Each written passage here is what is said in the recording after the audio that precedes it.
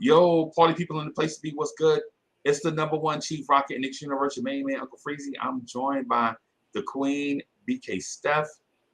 Man, Queen, it's good to see you. We got a lot to talk about, right? We got a lot to talk about. It's always a pleasure to come on and chomp it up with you. I'm really looking forward to it. Yeah. Oh, this is. I think this is gonna be great, Queen. I've been looking forward to this for like 2 weeks, but Oh, fortunately now we have some topics to parse yes. and break down and parse these topics is what we're gonna do, and we're not gonna do and the boring that we're not gonna do the boring fan overview of stuff like I'm mad because Donovan Mitchell not a Knick. Nah, so no, we're not gonna do it. We're just gonna get into these things and break these things down the way Knicks fans deserve to have things broken down. Absolutely. Right? So Queen, first let me say it's a pleasure to rock with you again. Thank you. And we have a lot to get to. So gang, let me introduce the Queen and cede the floor. Ladies and gentlemen, BK Yeah. Steph in the building.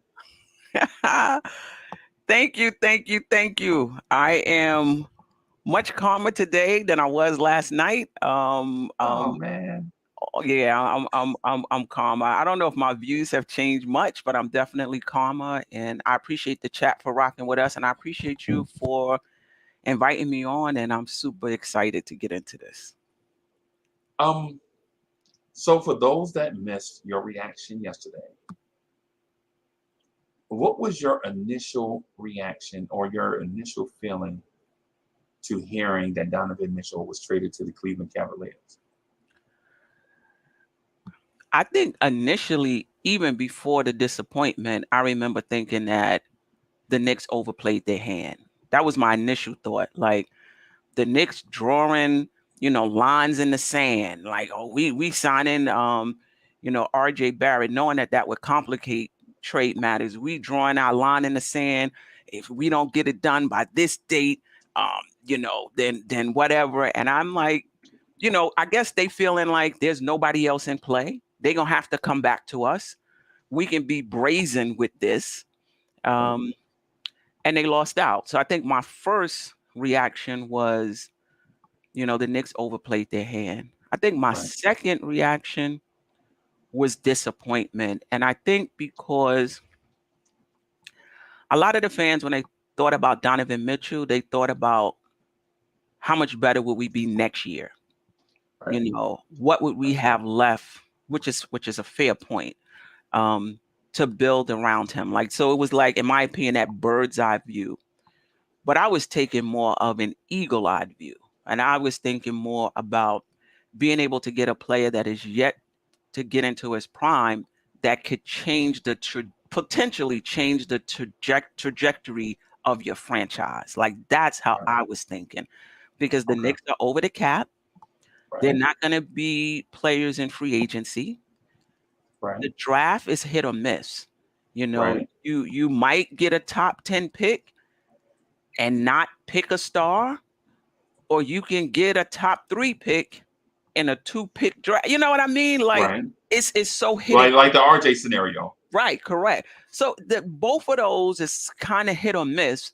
How often does a 26-year-old who's yet to reach their prime become available at the same time that you have assets to actually go and get them? On every front. The Knicks had assets on every front. On every front. The draft picks, the veterans, the young guys. Correct. I mean, just nice contracts.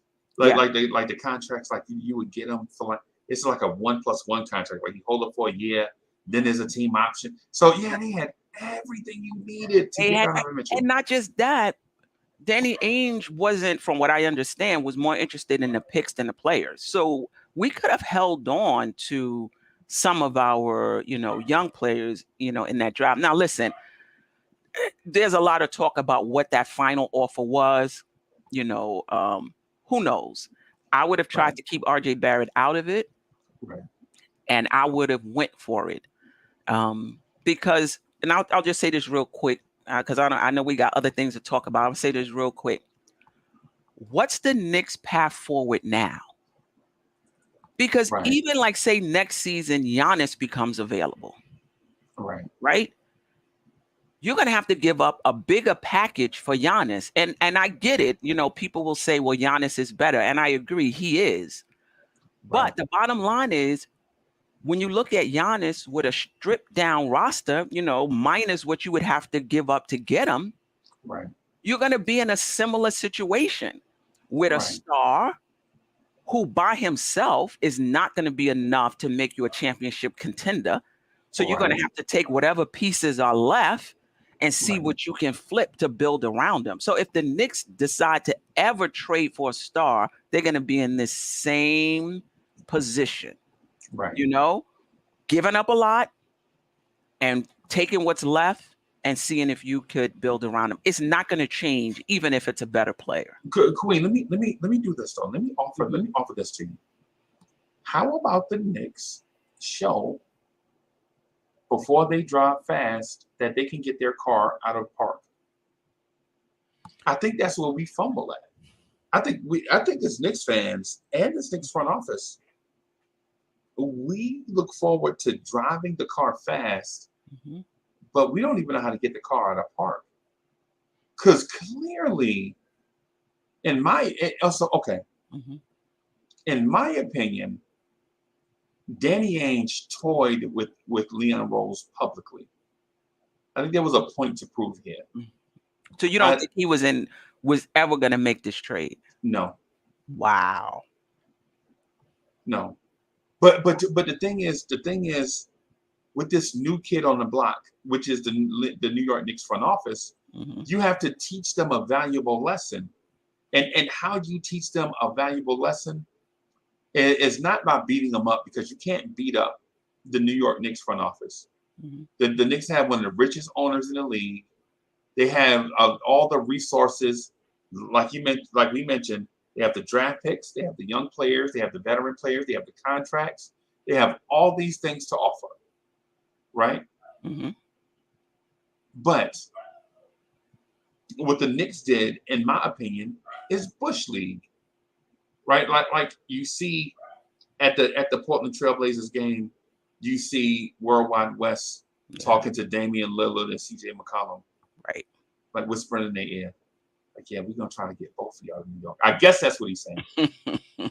Right? Or the Washington Wizards game, the Wizards beat us by 8. Bradley Beal go off in the fourth quarter.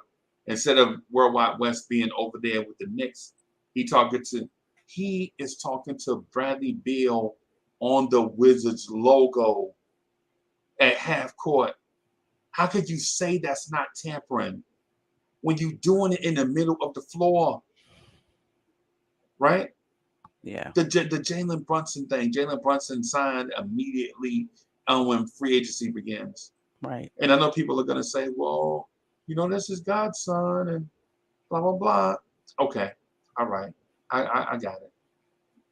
But this front office, I'm not blaming Leon Rose specifically. Right. Right. But Worldwide West has a reputation of being the whisperer behind the scenes, the guy behind the scenes to make things happen. Like before. Do you think that's actual fact though? Because I don't really see much of what's happening other than all this talking in the corner and on the logo though. Yeah, right. Right. Well, but let me ask you this, and this is rhetorical. I'm just asking out loud. What was Worldwide West's job before he took the Knicks job? That's a good question. Because was he part of CIA or CAA? It's the same thing to me. CIA, it's the same thing to me. Right. They control everything. Yeah. But the thing about it is no one knows what this dude did specifically before he took the Knicks job. All you know is that wherever celebrities was, Worldwide West was there. Whether it was Nas, Jay-Z, Julius Randle, Kentucky basketball, whatever was going on behind the scenes, you would just see Worldwide West, and he was untouchable. Right. Teflon. Right? But now that he's here with the Knicks, doing that thing he was good at, what results have you seen? But what results can what can he do? We don't know because we don't know what he does. We don't know what he does, but this is not like college recruiting. Right.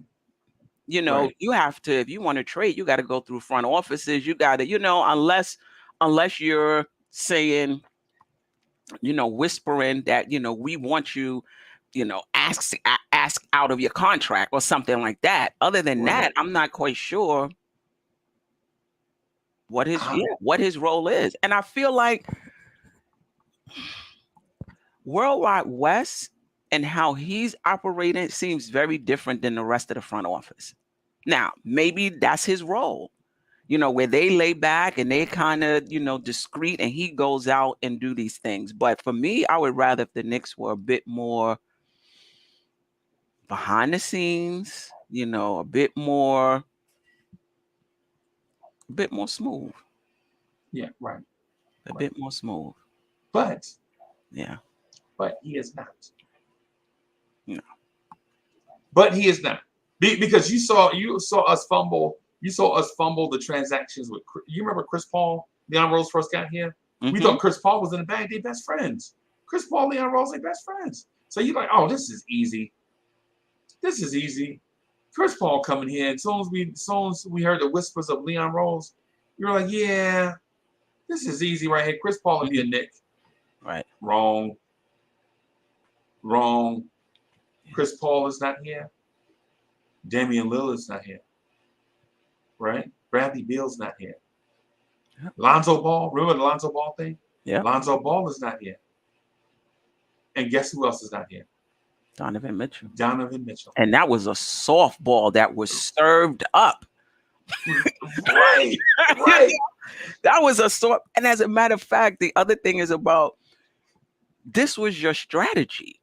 Yes. This is what you said you wanted to do. Collect assets, and when a disgruntled star becomes available, you wanted to be in position. We thought it was Booker. He resigned with Phoenix. We thought maybe Cat. Seems like he's happy in Minnesota. Donovan Mitchell, you brought in Walt Perrin. You brought in Johnny Bryant. I think this is what they was thinking about for a very long time. Right. This was your moment. You had the assets. It was served up to you. And in my opinion, they got to, there's different ways to look at it. For me, I feel like they got a bit brazen. And there was a report out there too, that they got a bit brazen. They got a bit comfortable.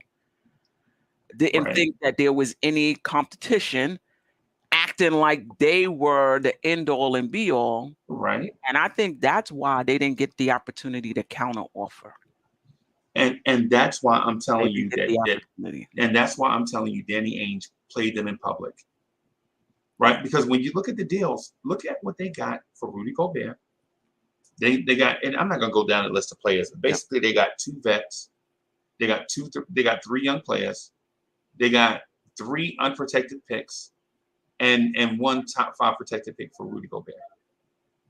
Right? And just off the picks alone, in the Cleveland deal, they got 3 unprotected firsts and 2 pick swaps.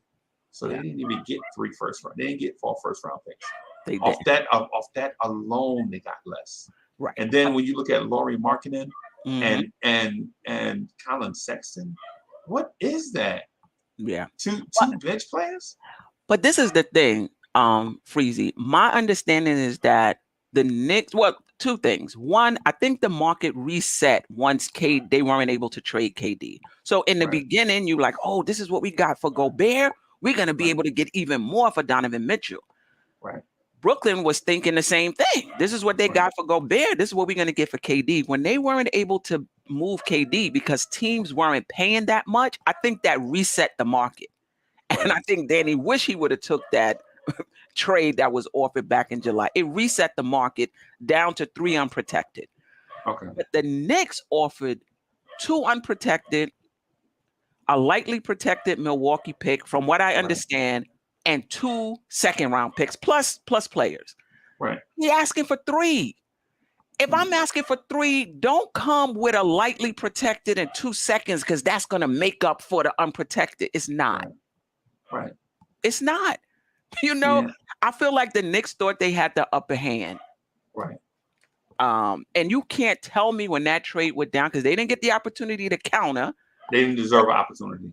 Right. You can't tell me they weren't all sitting around their office stunned because they thought they had the upper hand. You can't tell me that. They weren't stunned. But Queen, I'm gonna tell you. So I used the analogy yesterday, right? Right. Danny Ainge basically asked them for $2, and the Knicks was like, "No, we'll give you $1." And Danny Ainge, but I asked for $2. 25 Lay's potato chips. Yeah. And so the Knicks counter is like, "Yo, we offered you $1, right? But look, instead of $1, we'll take that $1 off the table, but we'll offer you 10 dimes." Right. And then he's like, 10 dimes, it's the same thing as $1. And then they're like, "Well, okay, we'll offer you 4 quarters." What? It's the same thing. And then they're like, "Oh, okay, then check this out though. We'll offer you 20 nickels." Right. And Danny Ainge is like, "Y'all offering me the same thing different ways. Come on, what are y'all doing? I'm asking you for $2, and y'all keep offering me $1 multiple different ways," right? And so the Knicks were like, the Knicks front office stunned because they didn't get a chance to counter. But listen, they had been doing this. It had become public January 2nd.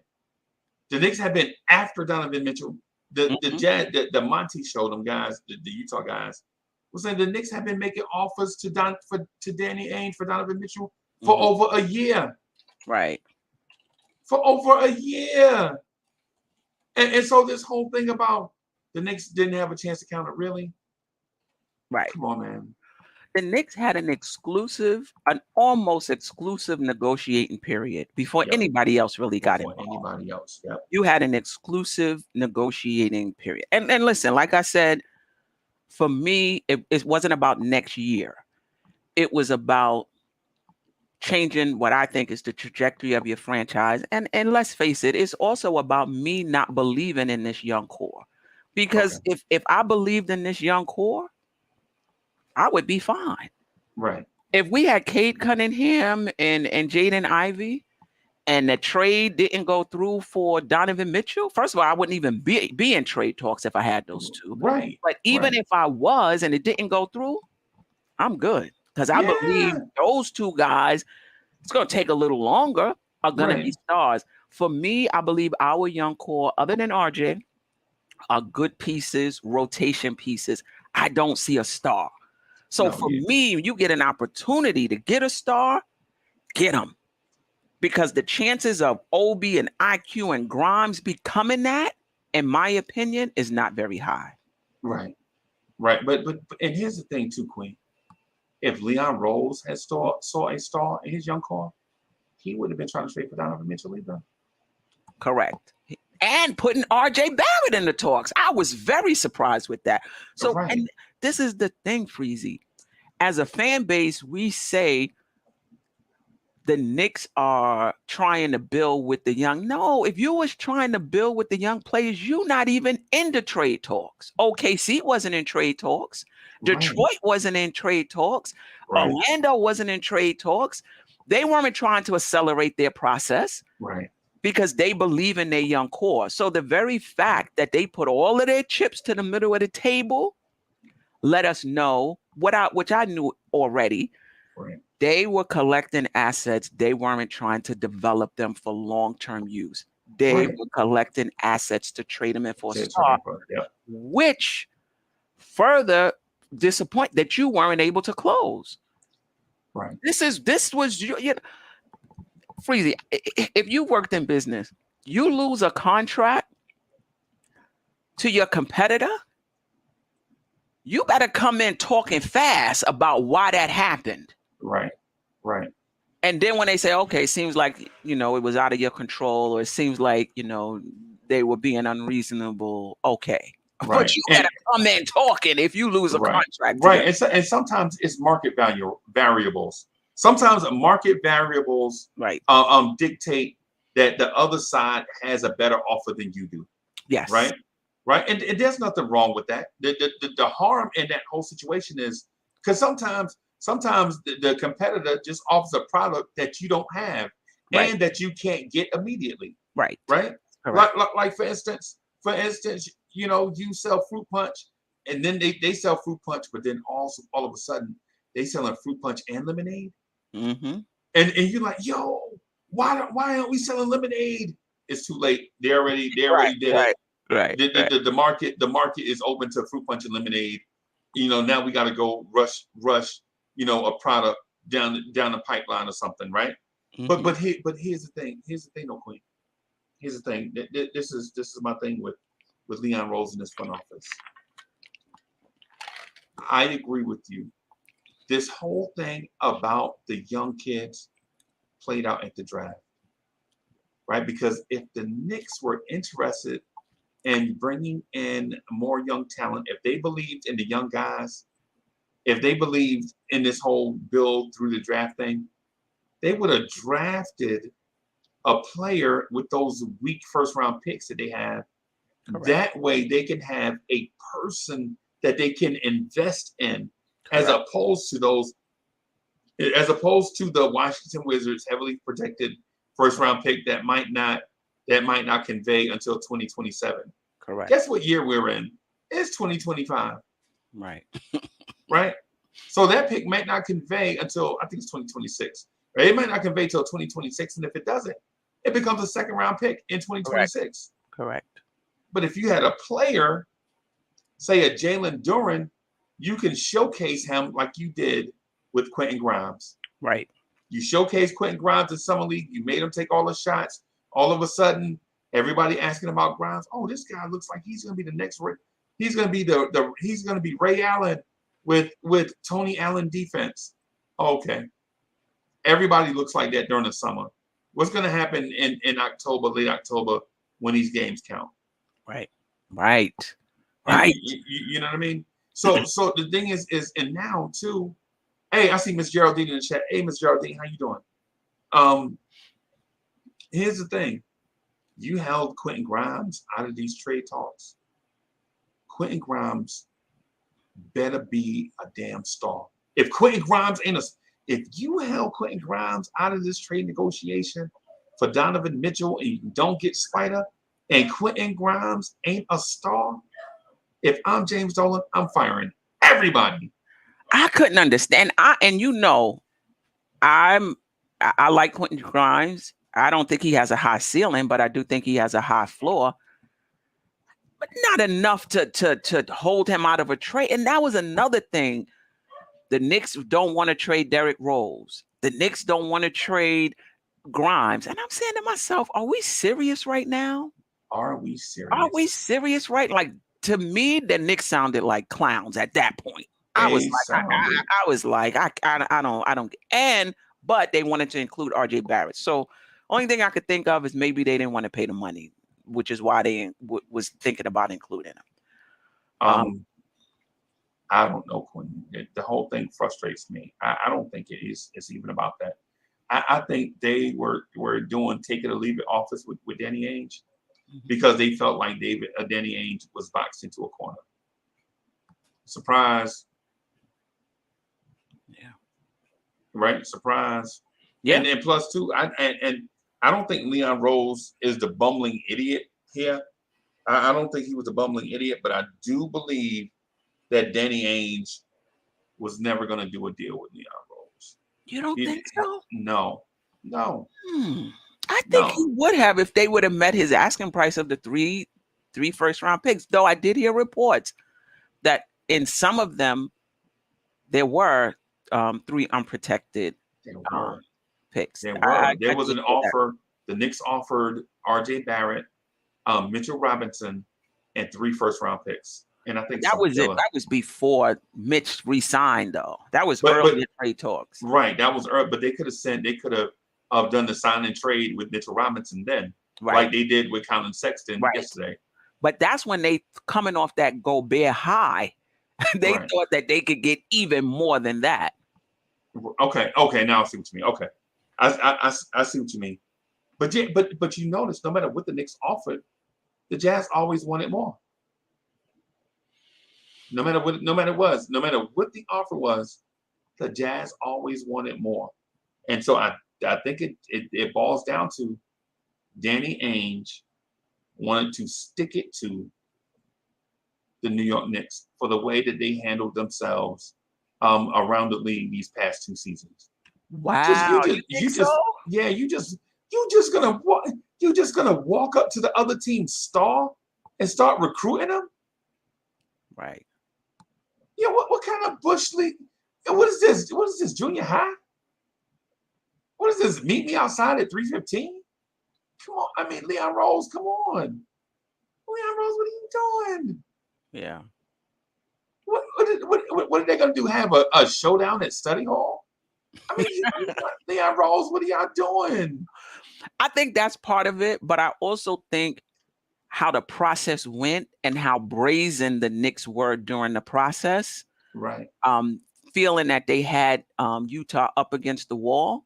Right. I think that had something to do with it as well. Like you're Right. not gonna punk me because you think we don't have any more any offers. Well, let me ask you this. Let me ask this. Because I think we covered this one point before. Have you noticed outside of the Detroit Pistons and the Oklahoma City Thunder, the Knicks always fumble their way through other relationships? Like any other trade partner, the Knicks fumble their way through everything except with OKC and Detroit, and it's because these 3 front offices are identical. Right? These 3 front offices are identical, right? What's his name, guy? The guy in OKC, I keep forgetting his name. Presti? Sam Presti. I think Sam Presti and Brock Aller are the same personality. Troy Weaver, Brock Aller, and Sam Presti are all the same personality, right? And it's the personality where David Griffin is one also. Like, no, we're not going to do. In order for us to do a trade, we have to win in a major way. We have to win majorly in order for us to do a deal. And Danny Ainge is kind of like that too. But other front offices for the most part, are like, hey, I just need to get what I can get. I don't want to go through this thing. I don't want to do this long song and dance. Either we're going to deal or we're not. Right? Because if you remember, and I know a lot of Knicks fans probably don't, but Knicks fans, y'all remember the Denzel Valentine trade in January? Yeah. I know you don't. I know a lot of y'all don't. Now, a lot of y'all don't even remember that Denzel Valentine was a New York Knicks this season, right? You're like, when? Uncle Frick, January. The Knicks got into Lakers and Bulls deal and to clear space, right? To clear cap space, right? So they cleared cap space, right? And then they cut Wayne Selden. So you cleared cap space, and then you cut Wayne Selden to bring in Ryan Arcidiacono and Damian Dotson. So you jumped into that deal for Denzel Valentine so you can bring back Damian Dotson and bring in Ryan Arcidiacono? Front office, what are y'all doing? Yeah. I think there's been when they could have just played Quentin Grimes. By the way, the reason why I said all of that is y'all did all of that, and all you had to do was play Emmanuel Quickley and Quentin Grimes. Right. Sorry about that. No. I'm saying that they've done some things that you would say is pretty smart, and then they've done other things that were head scratchers. And maybe is a head scratcher to me because I don't have all of the all the info, all the intel, all the details. Yeah. But there's certain things they've done. The RJ Barrett contract, I thought was a triple. But other than that, it's been a lot of singles. A lot of singles. Yeah. The draft day trade, the trading Ousmane Dieng for those first round picks that we got for Ousmane Dieng are more heavily protected than the Secret Service. The Secret Service don't protect people heavier than those draft picks are protected. And you trying to offer them to Utah? They're not taking that. What? Are you saying? They're not taking that. Right. That's the first thing that you offer is those heavily protected picks from out of no. These picks have those picks have so many protections on them. Like I have them here. Every time I look at it, I laugh. I can't believe pick come in that trade, or that came in the Detroit trade. I think that came in the Detroit trade, okay. but I'm not for sure. But I know the picks. I have them here on slides. Every time I don't use the slides because every time I look at it, I start laughing and I can't compose myself. You know what I'm saying? Because the protections on them. You're like, wait a minute. The protections don't start going down for 4 years, for 3 years. I gotta wait 3 years for the protections to start to decrease. Leon, what were you thinking? They were thinking that they would need those picks to sweeten the pot for this trade, because I'm sure they had to have some idea that Donovan Mitchell was would be traded, and I guess they were trying to get as much assets as they could so that they can be players, and they did that, and still, of course, because they were legit robocalling the Utah Jazz about Donovan Mitchell. Mm-hmm. They were getting it. If I'm the Utah Jazz, I'm frustrated too. Like, y'all robocalling me, y'all robocalling me every day. I get the same call from the same number every day. You know what I'm saying? About Donovan Mitchell. Really? Come on, guys. You know what I mean? Like, make a serious offer. If you make a serious offer, then maybe we can do some business. But if you're making the same offer, we'll give you Obi and Nerlens Noel. What? Come on, man. Come on, y'all. Yeah. And the thing about it is the Knicks are not going to be terrible. So even though next year is a good draft, where the Knicks are going to pick in that draft, and will they even keep that pick? You know what's going to happen. We already know what's going to happen. They're going to trade back regardless of where they land.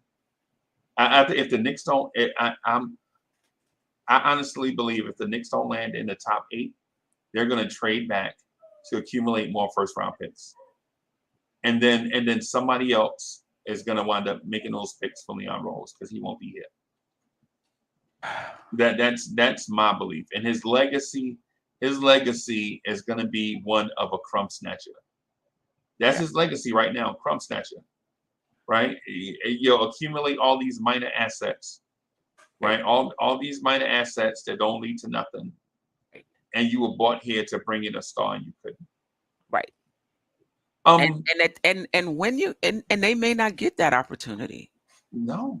You never know when a disgruntled star will appear, but they may not get that opportunity while they're in front office. But Queen, why do you need a disgruntled star? Yeah.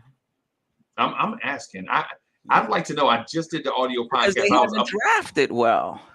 Right. And they hadn't traded well. And they haven't traded well. And they hadn't signed free agents well. And this is, but see, the thing about it is, to me, the Knicks are not a preferred destination for free agents. I think the Knicks, if you're going to get somebody, you're going to draft them or trade for them. I just don't think they're a preferred destination. We had cap space in the LeBron era, no dice. We had to pivot to Amari Stoudemire. We had cap space when Kyrie and KD were free agents, no dice. We had to pivot. We're not a preferred destination. When players do become free, they're not looking at the Knicks. Right. How do you change that narrative as well to become somebody the team would want to come to? I would say this, Queen, and I know this is going to sound counterintuitive to the conversation, but winning championships covers up a lot of stuff, right? And the closer you get to championship contention, the more stuff you cover up. Like for instance, people say James Dolan is a bad owner, right? A lot of people say Dolan's a bad owner, right? Because of certain things, right? Because of the Oakley thing being mishandled, but nobody looks at it from Dolan's side. Like, Right. yeah, Oakley was a fan favorite, right? Mm-hmm. But is Oakley a good person? I don't know. I don't know if I would trust Oakley. Yeah, it's something about him that just. And then the Spike Lee thing, when Spike Lee was taking a wrong exit, Mm-hmm. the Knicks had sent him over 20 emails and had left him messages every day at his office. Right. Right. Right. To Right. tell Spike about these things. And then Spike takes the other exit the other way and just happen to have cameras rolling. Right.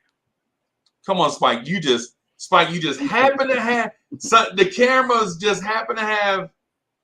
Yeah. You just happen to have footage of this thing. I don't know where the footage came from. It might have been MSG. It might have been Spike. It might have been security, independent security. You never know, right? But come on. Yeah. So this thing with Dolan, I think is kind of inflated, except for the media part. The media part is accurate. Right. The other stuff I think is inflated, right? But if the Knicks win championships, you don't hear anything about that. Yeah, you're right. You're right. I mean, winning, I don't even know if it's a championship. Just start getting in the playoffs every single year. Right. You know, I think that would help as well. The Knicks take one step forward, two steps back. Right. I think you got to strike while the iron is hot. I think about Cleveland when they traded for Karis LeVert. They had a little momentum going. Boom, Right. we're going to get Karis LeVert. They got a little momentum going. Boom, we're going to get Donovan Mitchell. We had a little momentum going at the trade deadline. Oh, we're going to stay in pat with this, you know. Cam Reddish is our move. Cam Reddish, what Cam Reddish got traded for on January 18th. The trade deadline is in February. That's not a trade deadline move. Right. Denzel Valentine was traded for a week earlier. That's not a trade deadline move. Right. Knicks, come on. Stop trying to fool us with stop trying to do the hidden ball trick on us, bro. I think that's one of the things that the Knicks front office and Knicks PR. And so I'm casting my vote for the MVP of the league. The MVP of the NBA is Knicks PR. Because they spin stuff. Oh, and no matter what happens, in New York, they make it look so beautiful. Right. Trade 1 minute. Now he's the foundational piece in a press release. Right. I'm telling you, they are the GOAT. Somewhere Michael Jordan is jealous. Michael Jordan, I won all these championships and all these MVPs. I wish I could be like Knicks PR. You know what I'm saying? It's this weird thing like the Knicks couldn't get a point guard in free agency. They couldn't get anybody to come sign with the Knicks. So they signed Kemba and they do the coming home tour. It was beautiful. His mom and sister there at the press conference, and they overlooking the city like they the new guardians of the city. And Kemba is showcasing the city edition jersey. And it's like these beautiful moments off the floor. On the floor, we are a hot mess. But off the floor, they playing the white girl song, I'm coming home. Coming home, all this stuff is beautiful, man. It's beautiful. You know what I'm saying? And so yeah, and so a lot of this stuff, man, it's bananas. So I got some questions I want to ask you. Sure. I got some. So hey, chat, bear with us a little bit. So I got some questions that I wanted to ask the Queen. If y'all don't mind bearing with us as we kind of work our way through this. And chat, if y'all have some questions, of course, you know, we'll read and try to answer what we can. Right? So, Quinn, I have about 5 questions I want to ask. I'm not going to ask them in a specific order. So, chat, if it seems like we touched on it prior, just bear with it as we split atoms to get more details to continue the conversation, right? And so earlier we talked about, did the Knicks ruin relationships with their moves or lack thereof this offseason with players, agents, other front offices?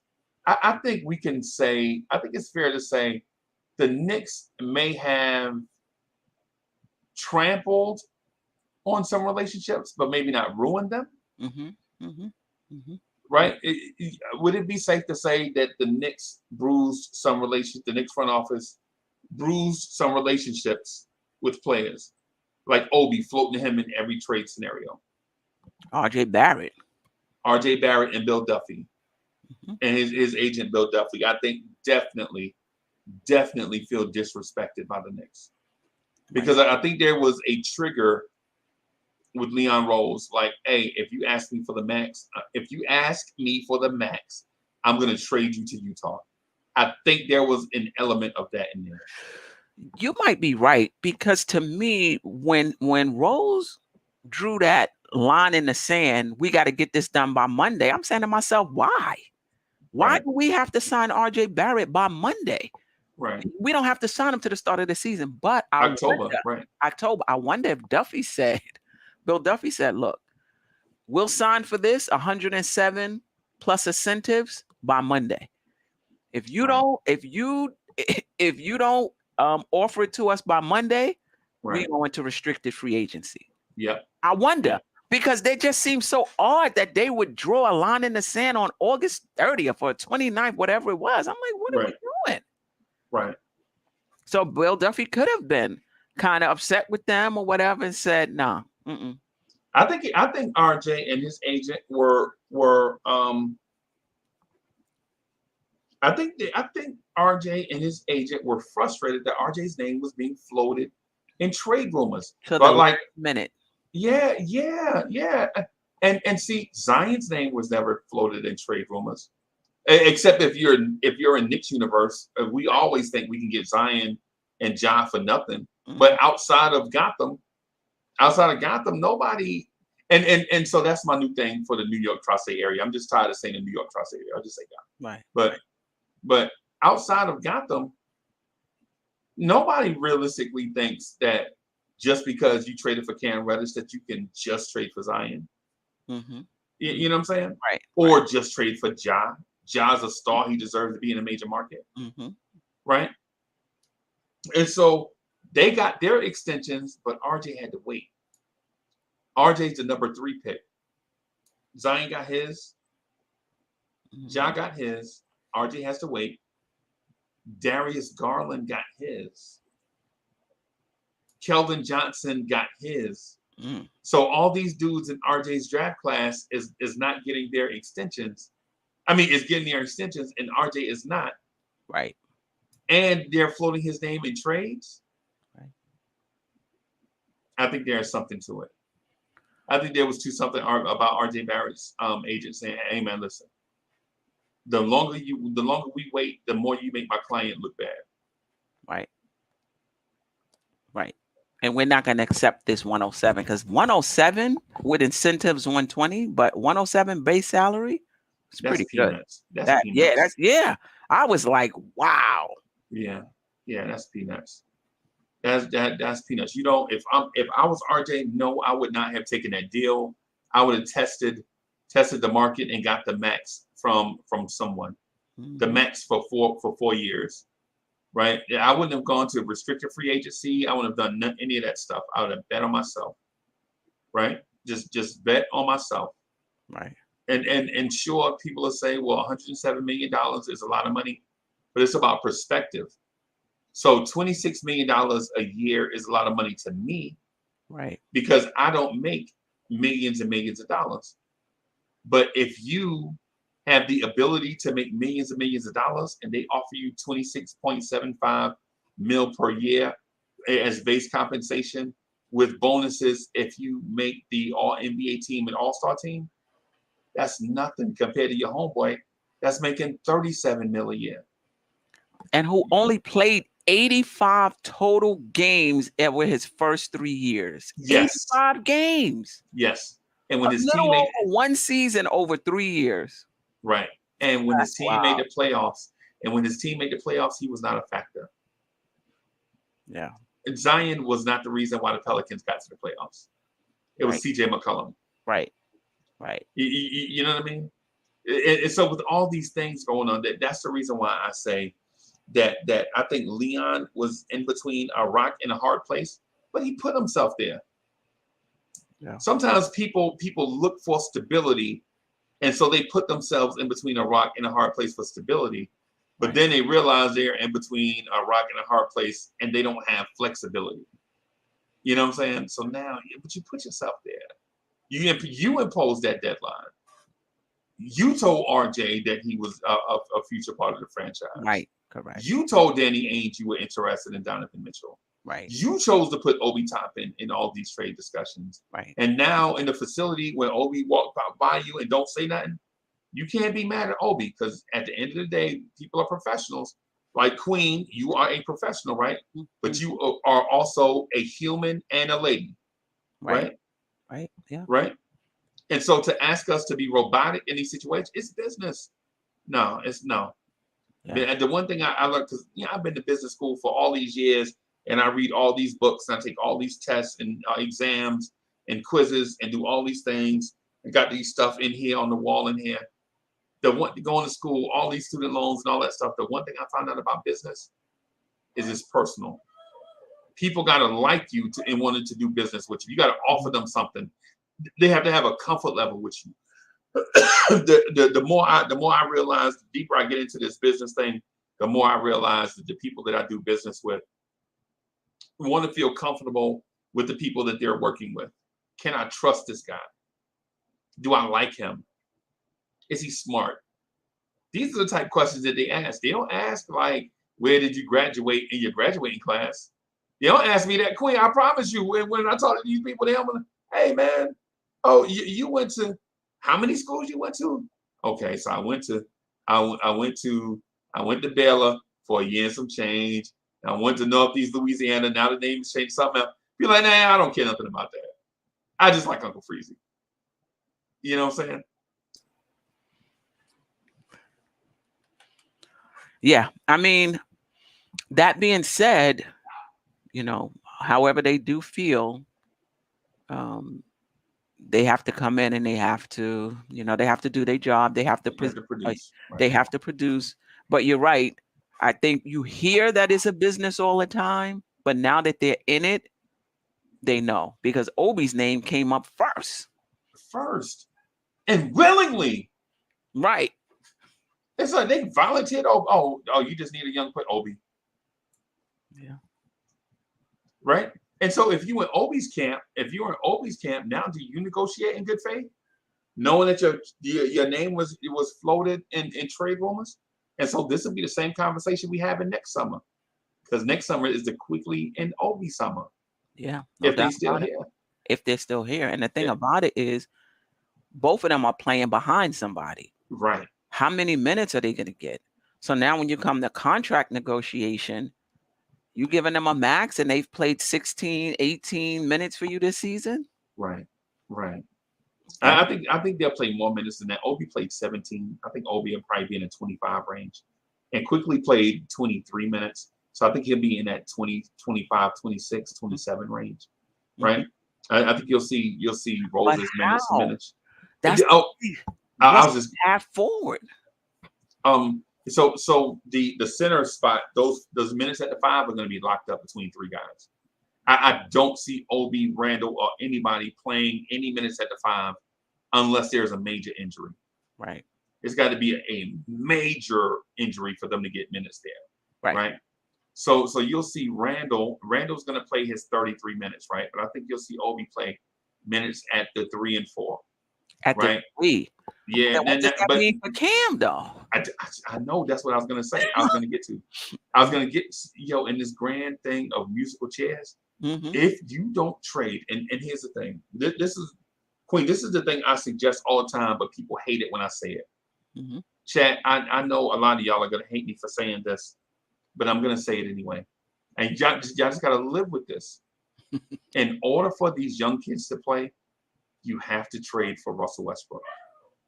Right? And here's why. You do the deal for Russell Westbrook. You trade these salaries, get Russell Westbrook's contract in the door, and then you waive them. You buy him out. However you get him out of here. But what that does is it gets rid of vets. It gets rid of Rose. It gets rid of Fournier.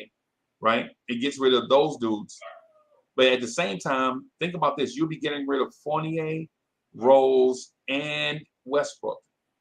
so that all the kids can play, but you still meet the salary requirement, the salary floor, right? Because you just can't trade away salary and not meet the salary floor unless the NBA will make you pay the difference of that salary floor, split it 15 ways to the people that are on the roster based on the collective bargaining agreement. Right. Right. Will they do that? I don't think so. They didn't do it 2 years ago when they had the opportunity to. They instead of splitting that money 15 ways and giving it to a team headed to the playoffs, they signed Luka Vildoza. Yeah. Thank you, Leon Rose. Your team didn't make the playoffs in a bajillion years, but instead of splitting the difference of 15 ways and giving it to the Big 15, you signed Luka Vildoza, who didn't play 1 minute of Knicks basketball. Mm-hmm. Yeah. And so, and Hinton, thank you for pointing that out. And in the Russell Westbrook deal, guess what else you get? Future first round picks. Right. And if you Leon Rose, I think you like that. If you Brock Aller, I think you like that. Now the thing is Evan Fournier played about, I think he played like 28 minutes. And then I think Derrick Rose was probably 22 minutes. Mm-hmm. So you're talking about 50 minutes. Alec Burks is gone. His minutes are gone. Mm-hmm. And here's the other thing, Queen, that we might need to consider. Is playing all these kids even worth it? It depends on the end game. Like if you're trying to get into the lottery, if you're trying to just let them play and develop and increase their value, because I don't care what nobody says, the Knicks are not invested in developing them to keep them on the team, other than Grimes, it seems like, for whatever reason. For whatever reason. I'm obviously they see something in him that they don't see in nobody else on the team, even RJ. So I don't quite get that. I don't get that. But if they're shooting for increasing their chances for the lottery, or if they just want them to get more time to increase their value, then yeah, I can definitely see that. I think there was and I can't find the article, but I think somewhere Jerry West said that Quentin Grimes would be a better player than RJ Barrett long term. Really? Yep, I can't find it though. Let me Google it. The Knicks would see that too. Yeah, Jerry West. It was just a money issue. I think it was more of a money issue. I'm just gonna see.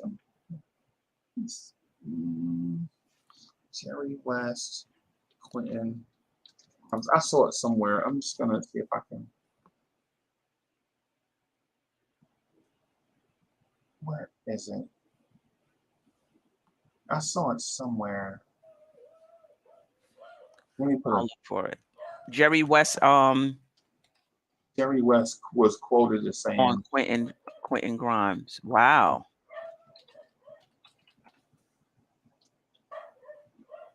Well, he as a junior, he got the Jerry West Award. I saw that. So maybe that had something to do with it. I see that, and there was something. I saw something somewhere. Somebody mentioned it, and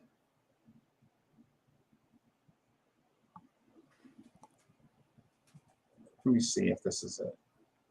Oh, Kevin Middleton said Berman reported that was West's take. Oh, okay.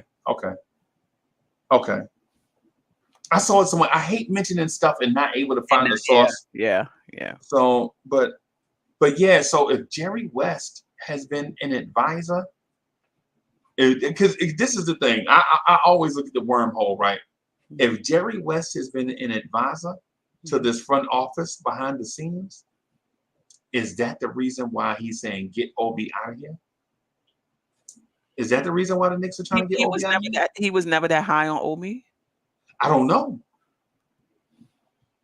I don't know. I don't know what the Jerry West thing is with the Knicks young kids. Right? Because you never heard anything about Jerry West being associated with the Knicks. Right. And so that's why when I heard the whispers of Jerry West saying that Quentin Grimes, it will be a better pro, then Quentin Grimes will be a better pro than RJ Barrett, and then all of a sudden, Quentin Grimes, Emmanuel Quickly, and RJ Barrett are in trade discussions, and Grimes is not. There may be something to it. There might be something to it. That's just very interesting. But let me tell you something. Grimes better drop about 20 this every year night and become an all-star this season. You know? Because Queen, I ain't gonna lie to you. You already know my stance on it. Yeah, you know what I'm about. You know what I'm about to call Quentin Grimes. Mm-hmm. Chat, if you know what I'm about to call Quentin Grimes, throw it in the chat. If you have an idea on my view of Quentin Grimes, throw it in the chat. Whether you disagree or not, just put it in the chat. How does Uncle Freezie feel about Quentin Grimes? Just throw it in. Just throw it in the chat. Just humor us.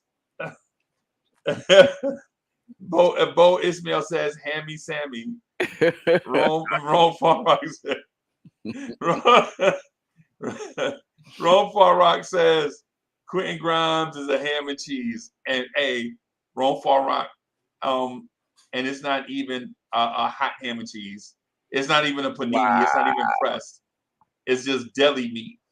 That's what I think Quentin Grimes is. I mean, I don't really see a high ceiling on him, but I think he's going to be a really good 3-and-D guy. Now, is he a starter? I don't think so at this point, but the Knicks see something. Maybe they watching him work out, or they see something. Right. Yeah, but that's my thing though. What is it? What is it that they see that nobody else sees? Right. But I mean, I think other people see it too. He plays good defense. He can hit the three. He's a good catch and shoot. But my thing is, okay, but enough not to include him in the trade, enough to say basically he's untouchable. I don't get it. Yeah. Knicks will be 2026 NBA champs, said Quentin Grimes is Klay Thompson 2.0. Oh, okay. Awesome. Yeah. I don't even think that. Which Klay Thompson? You talking about the dude you talking about the dude that sell insurance with us? Because if you talk about the Golden State Warriors shooting guard, hey, if you talk about the Golden State Warriors shooting guard, bro, I don't know. I don't. And so that is a troll, right? So that is where the ham sandwich thing comes from. Because they trolled me one night and said, "Nah, Uncle Freezie, he gonna be Klay Thompson," and I just went off and called Quentin Grimes a ham sandwich. Wow. So, yeah. What is that wild boy trade? Grimes has a better upside than RJ. Wow. Wow. Wow. All right. So Queen, let me show you something. I just want to show something to you, right? All right. I'm gonna put it on the screen. I'm gonna share it with you, right? Mm-hmm.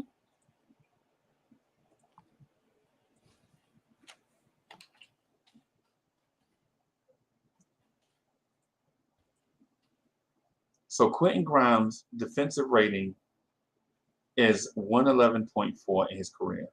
Mm-hmm. The Knicks team defensive rating is 109. They finished 9th in the NBA, tied with the Utah Jazz. So the Knicks defense at 109 is better with Quentin Grimes off the floor based off of what StatMuse is showing us. Right. But look at his other numbers. Those numbers look Frank Ntilikina-ish to me. Yeah, I think you're right if you're looking at his total numbers. But when you watch him play, Freezie, he's going to be he's going to be solid. He's going to be a good catch and shoot guy. And when you watch him play, and you got to also keep in mind, he's defending the better players. Right. Right, because when you look at Fournier, like people will say Fournier and RJ Barrett have the same defensive rating, but who's Right. Fournier guarding? Nobody's. You know what I mean? He's not guarding the best players He's not guarding Paul on George. the team. Yeah, I like Quentin Grimes, but again, I see a high floor. I don't see a high ceiling. I see a 3-and-D catch and shoot guy. You see a ham sandwich. Barely. I see a ham sandwich with one slice of meat. That's what I see when I see Quentin Grimes. I see Quentin Grimes as a player with Frank Ntilikina posters on his wall. Nah. One day I'm going to be as good as Frank. That's what I see when it. Yeah. Nah. Boss. Okay. So Frank. Yes, Frank Ntilikina. I see a guy that wishes one day he could be as good as Frank. Nah. I think what does he do? I'm gonna tell you. I think that he's a very good defensive player.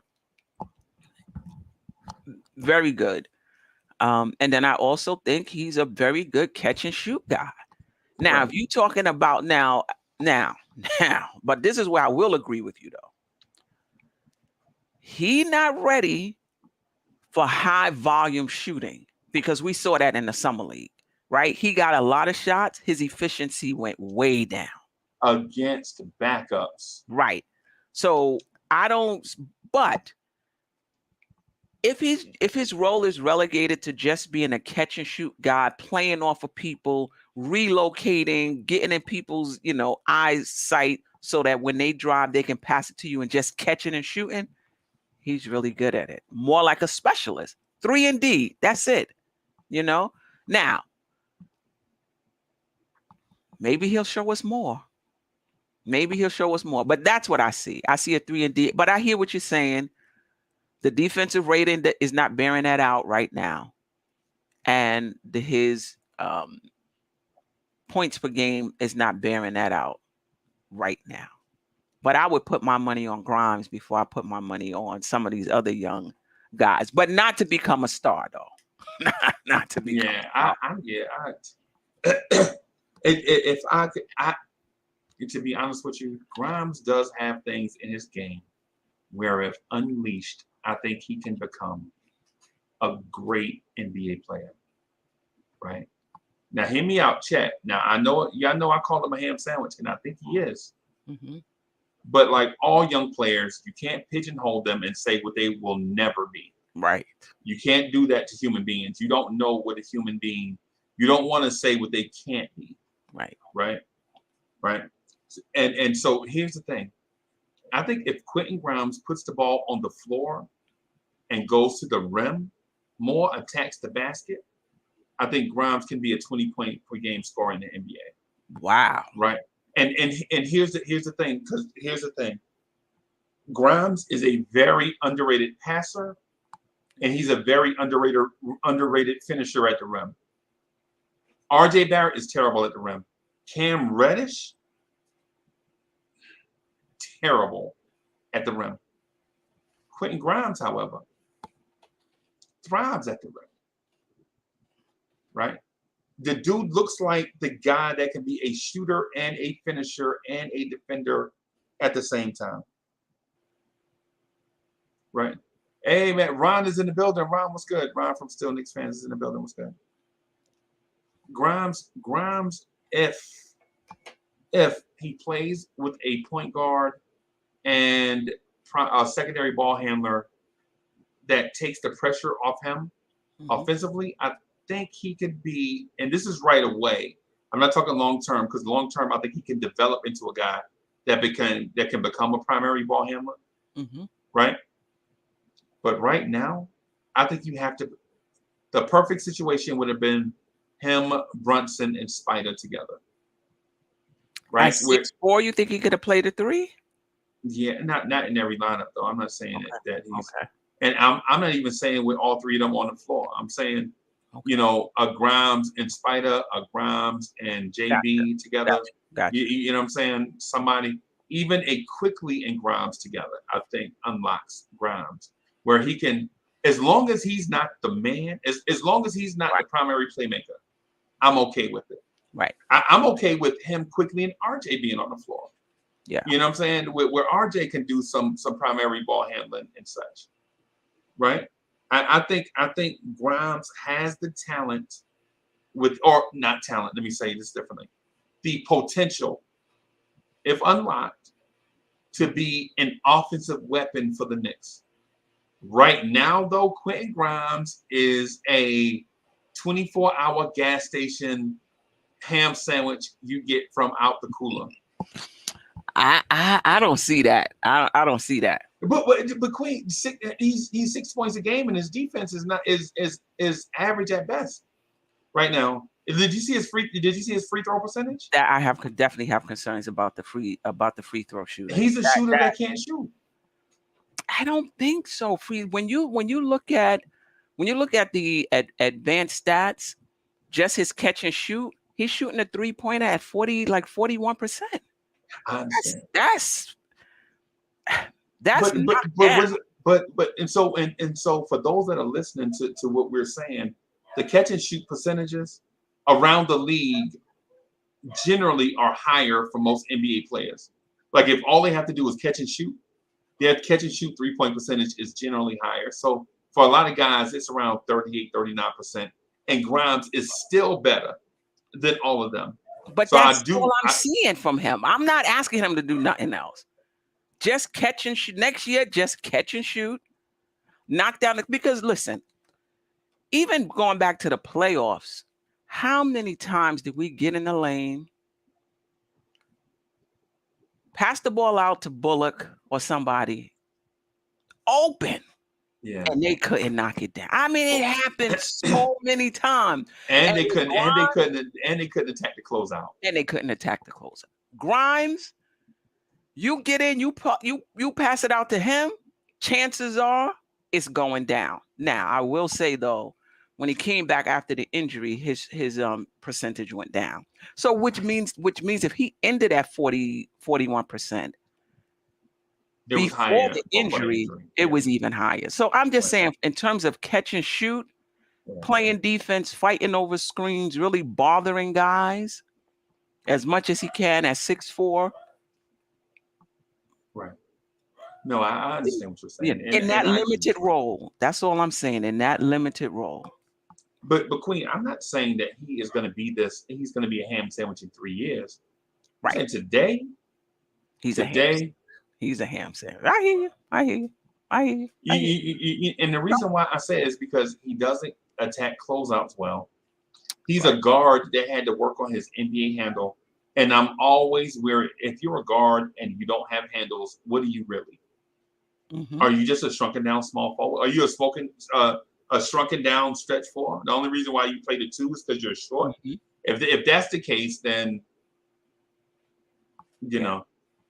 No, I mean, but listen, we could say that about. I mean, when I talk about Obi, I'll never say what he can't be. I'm just saying right now what I'm seeing. But he can wind up being,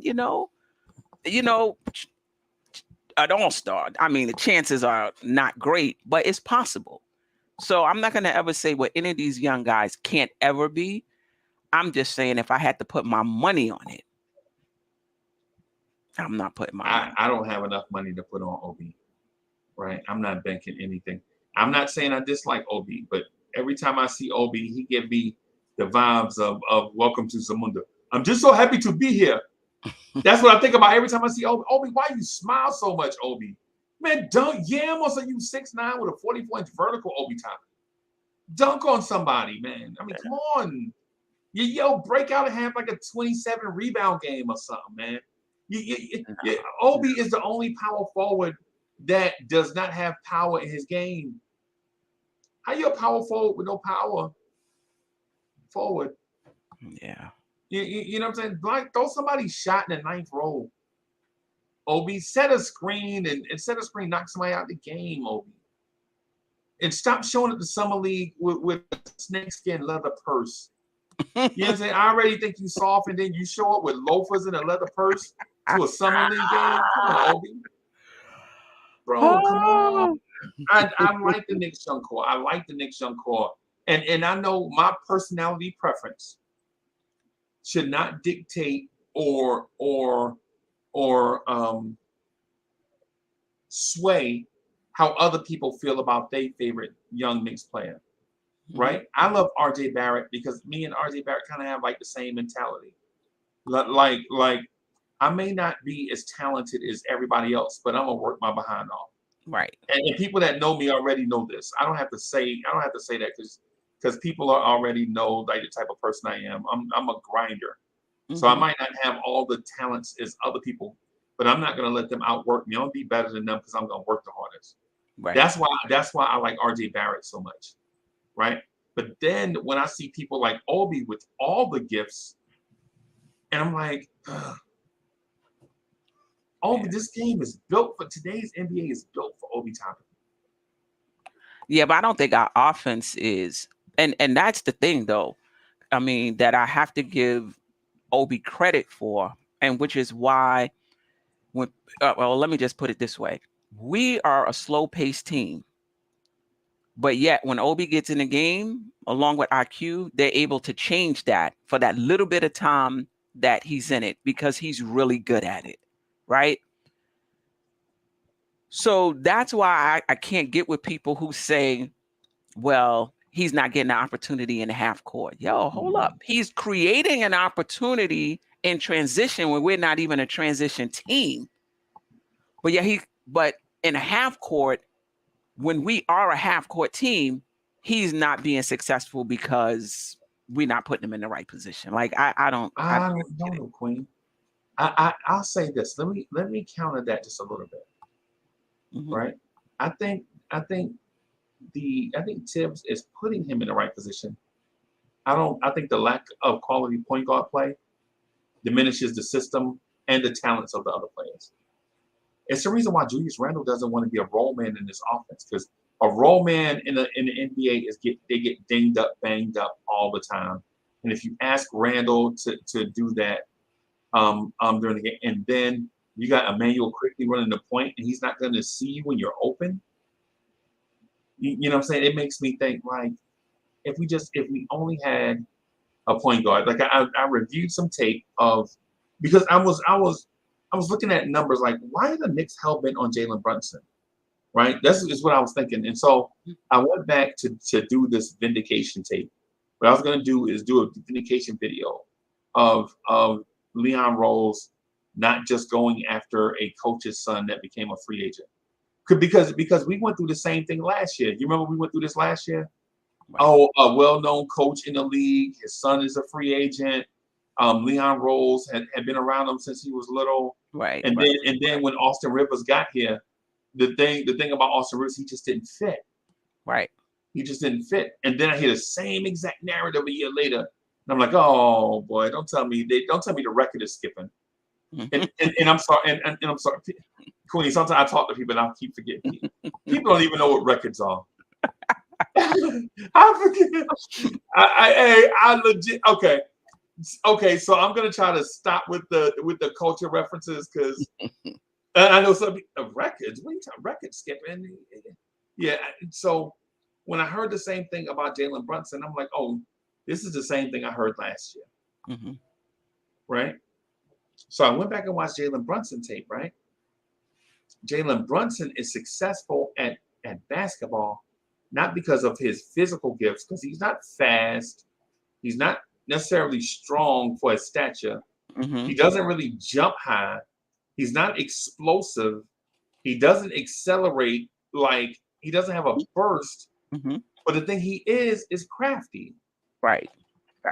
Yeah. He's crafty. He manipulates the defense with his body and his eyes and positioning, small body turns here and there. To get defenders kind of halfway, and so what I think is when I saw Jalen Brunson beat up on DeJounte Murray, who I think is a pretty good defender.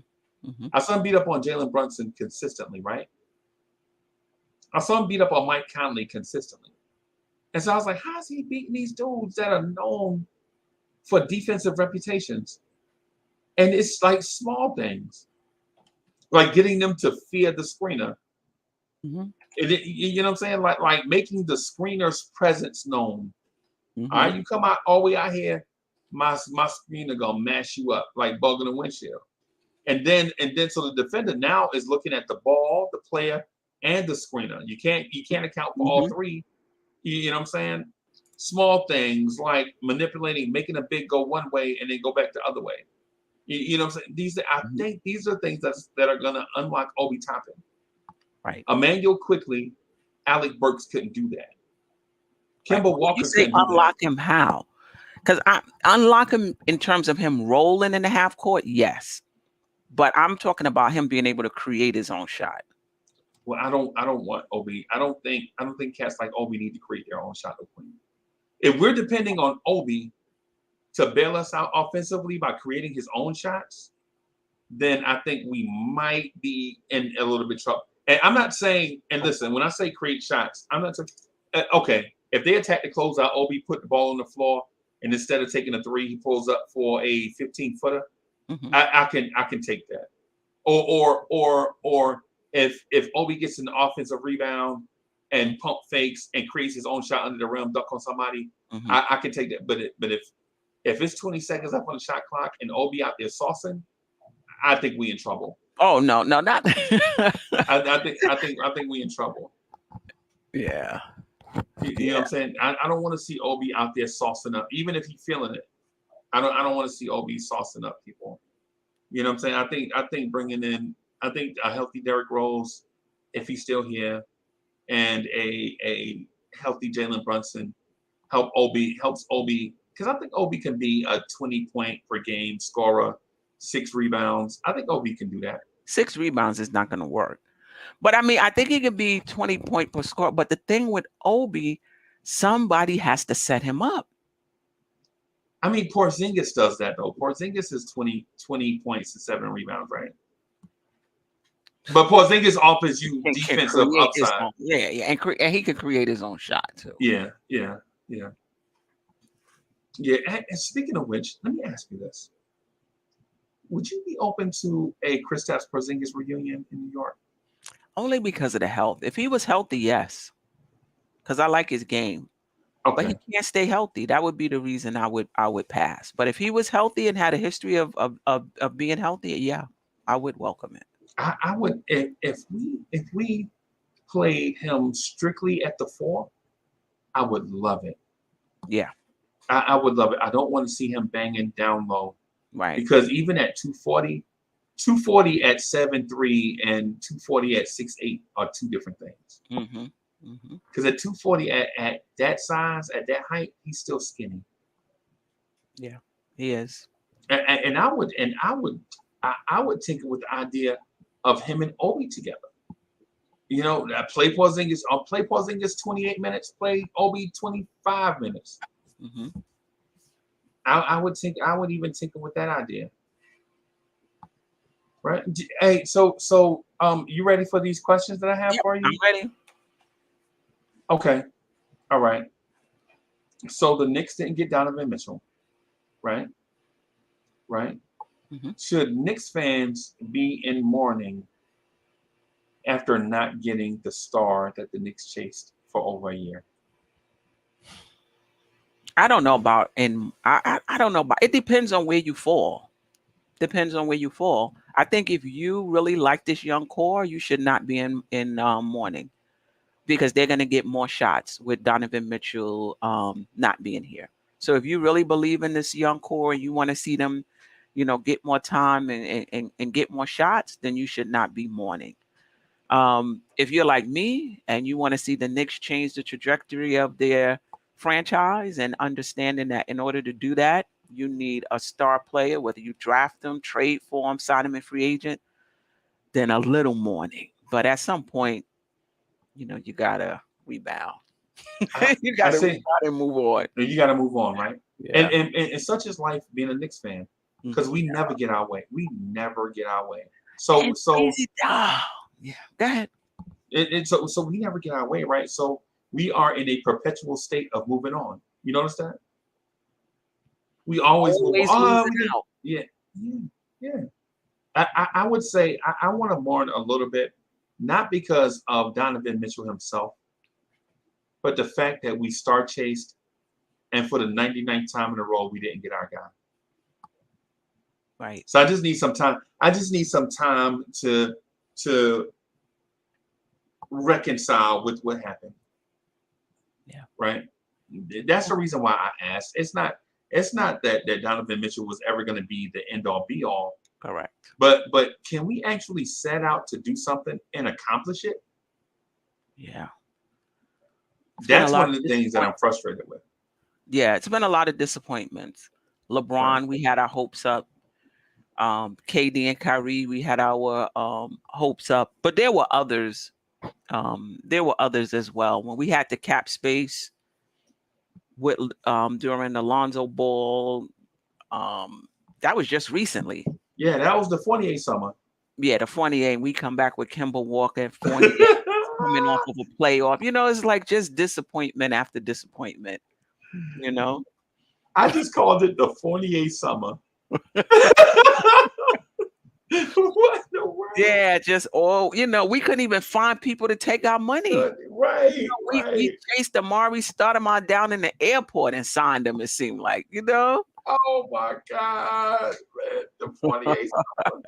Oh my goodness. The 48 summer. After coming off of you know, after coming off of the playoffs, you know, like, wow, we know what we need to do. We need a bit more offense. We got money, right? We're coming off the playoffs. We got money. We're going to build off of it this offseason. And we signed Kemba Walker and Evan Fournier. I'm laughing. I just can't believe. Yeah. That's why I'm mourning. That's why I just need like a few days just to kind of get my Knicks fandom together, because I have all these random thoughts and all these things about why we can't ever just get the guy that we want. Can't ever close. Once. It's always, and I hope that they don't, like they did with Amari, just stay the course right now until something else comes up. Don't start using your assets now on rotation players, so to speak. Right. You know, just stay the course right now until you get another. We don't need Jared Jeffries and Ronnie Turiaf. Right, exactly. We don't need a stupid move like because I have a feeling that is what's coming. I have a feeling that we're gonna sign Montrezl Harrell. Well, as long as we're not giving up assets for him, you know, and where's he playing though? But that's my point. That's the point that I was just going to say. Yeah, the asset that we're giving up, is valuable minutes that should be going to the youngsters. Right. It might not be trade capital. Right. It's minutes. Right. And then when you bring in a Montrezl Harrell, he expects to win. Right. Then he wants to start, and then I see a move like that coming. A Montrezl Harrell type move. And you're like, why the hell did they sign Montrezl Harrell? Yeah. But you know what? Whoever they bring in, if you're not sending somebody out, it's going to be a continued logjam. Whoever they bring, because at every position we have a logjam, except for small forward. I think it's just RJ and Cam. Right. I would love to see the Knicks pull off the Julius Randle trade. I love Randle, man. I think I might be the only person in Knicks universe that loves Julius Randle, right? I mean, I love the dude. I think he's a good person. Every time I see the father and son thing, man, it kind of touched my heart. You know what I'm saying? I see the missus at the game just rooting for her husband, man. And they got like the whole family vibe thing going.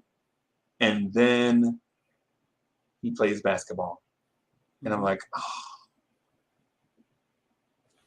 Randall, can you stop complaining for like 5 minutes so that we can put this team away? Right. Are you a fan of Randall? Or I am a fan of Randall, but I had issues with him last year. But I am a fan of Randall, and quite frankly, I don't want to see him traded because I want to see him rebound. Right.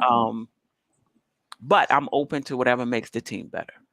I would love to see the Randall to the Phoenix. So there was an article in the Arizona Republic. I think it was published today's Friday, so it may have been Monday or Friday, that suggested that the Phoenix Suns were offering the Knicks Jay Crowder, a first-round pick way down the road, a first-round pick in the year 3099, and a second-round pick next year for Julius Randle, right? And so I was thinking, as a Knicks front office, why wouldn't you do that deal? Nah, for Jay Crowder? Yep, in a first, a bajillion years down the road, and a second-round pick next year. And so if you're the Knicks, why not do that deal so that you can get playing time for Obi? I'm not the biggest Obi fan. I do want him to succeed, but the only way Obi's going to play is if you remove Randle from the equation, right? And so I know people are going to say, well, what are you going to do with Jay Crowder?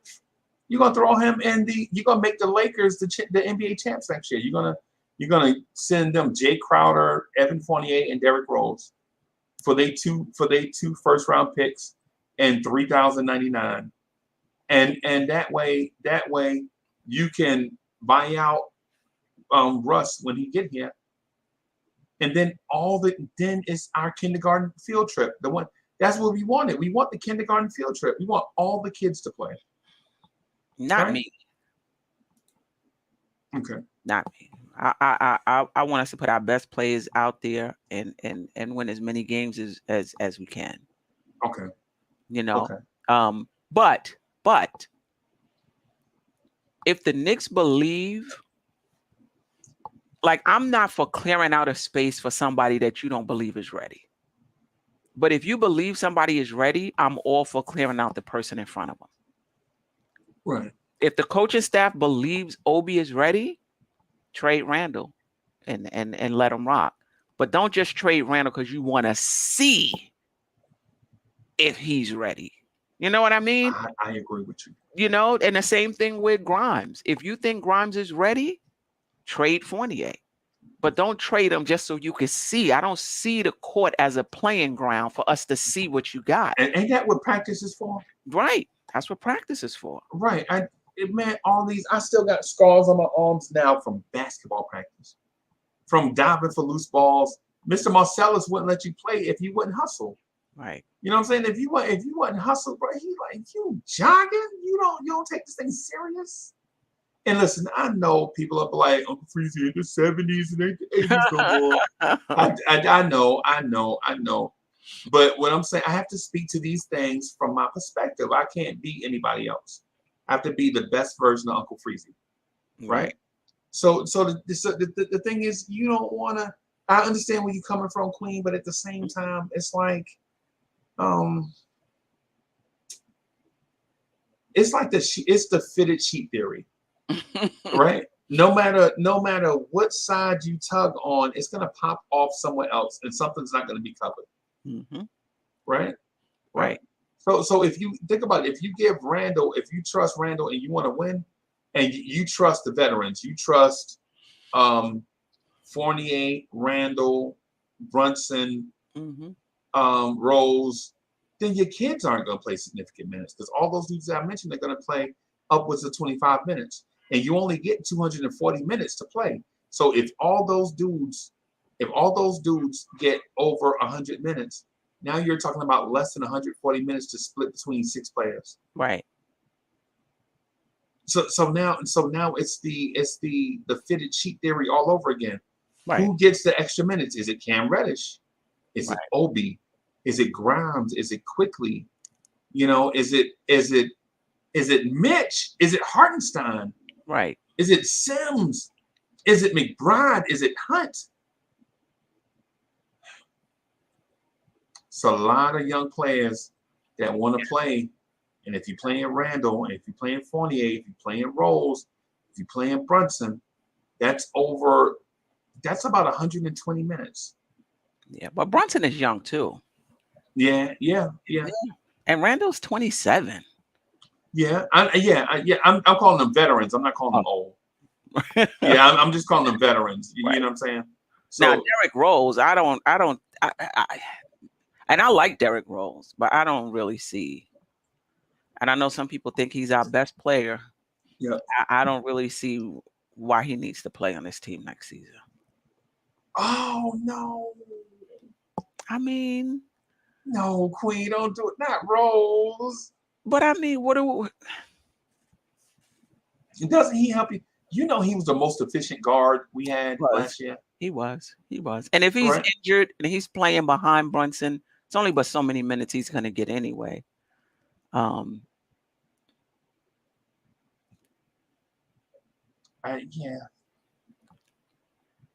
It's just a lot of stuff that go along with Rose. It's just a lot of stuff. I would like to see Derrick Rose do this thing. Yeah. Yeah. Let me ask you another hard ass question. Let me ask you another hard question, right?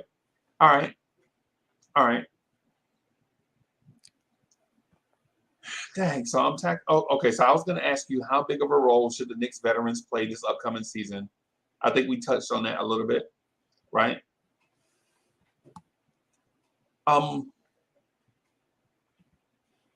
What is the next move for the New York Knicks front office? What do we do now?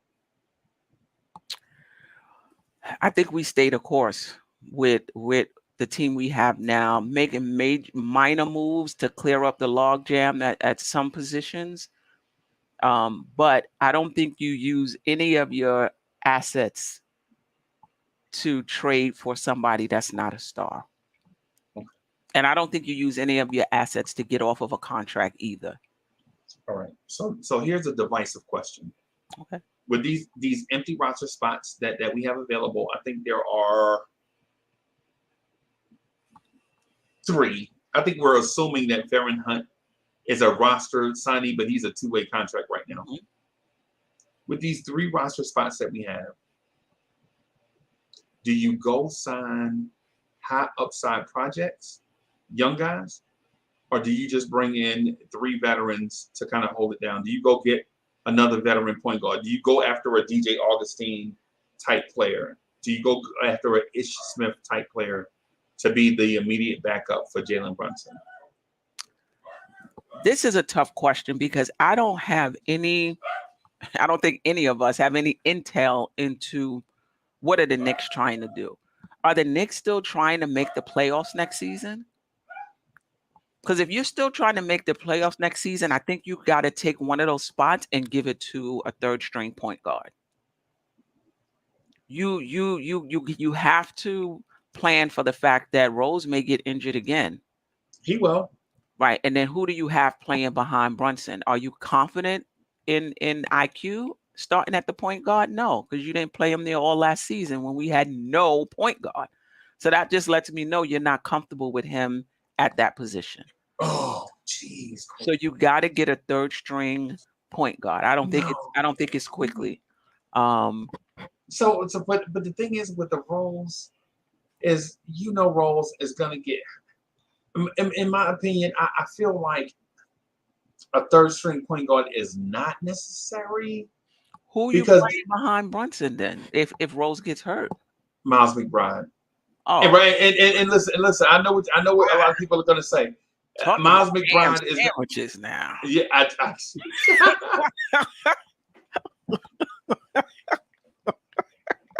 Miles McBride is like the sandwich, like you get off exit such and such, and you just pull up and get gas. Yeah, you somewhere out on Long Island somewhere. You just trying to get home. You trying to get some gas. You're like, they got ham sandwiches in here. Miles McBride, I'll take one. Ooh. Yeah, the lettuce looked like construction paper. But again,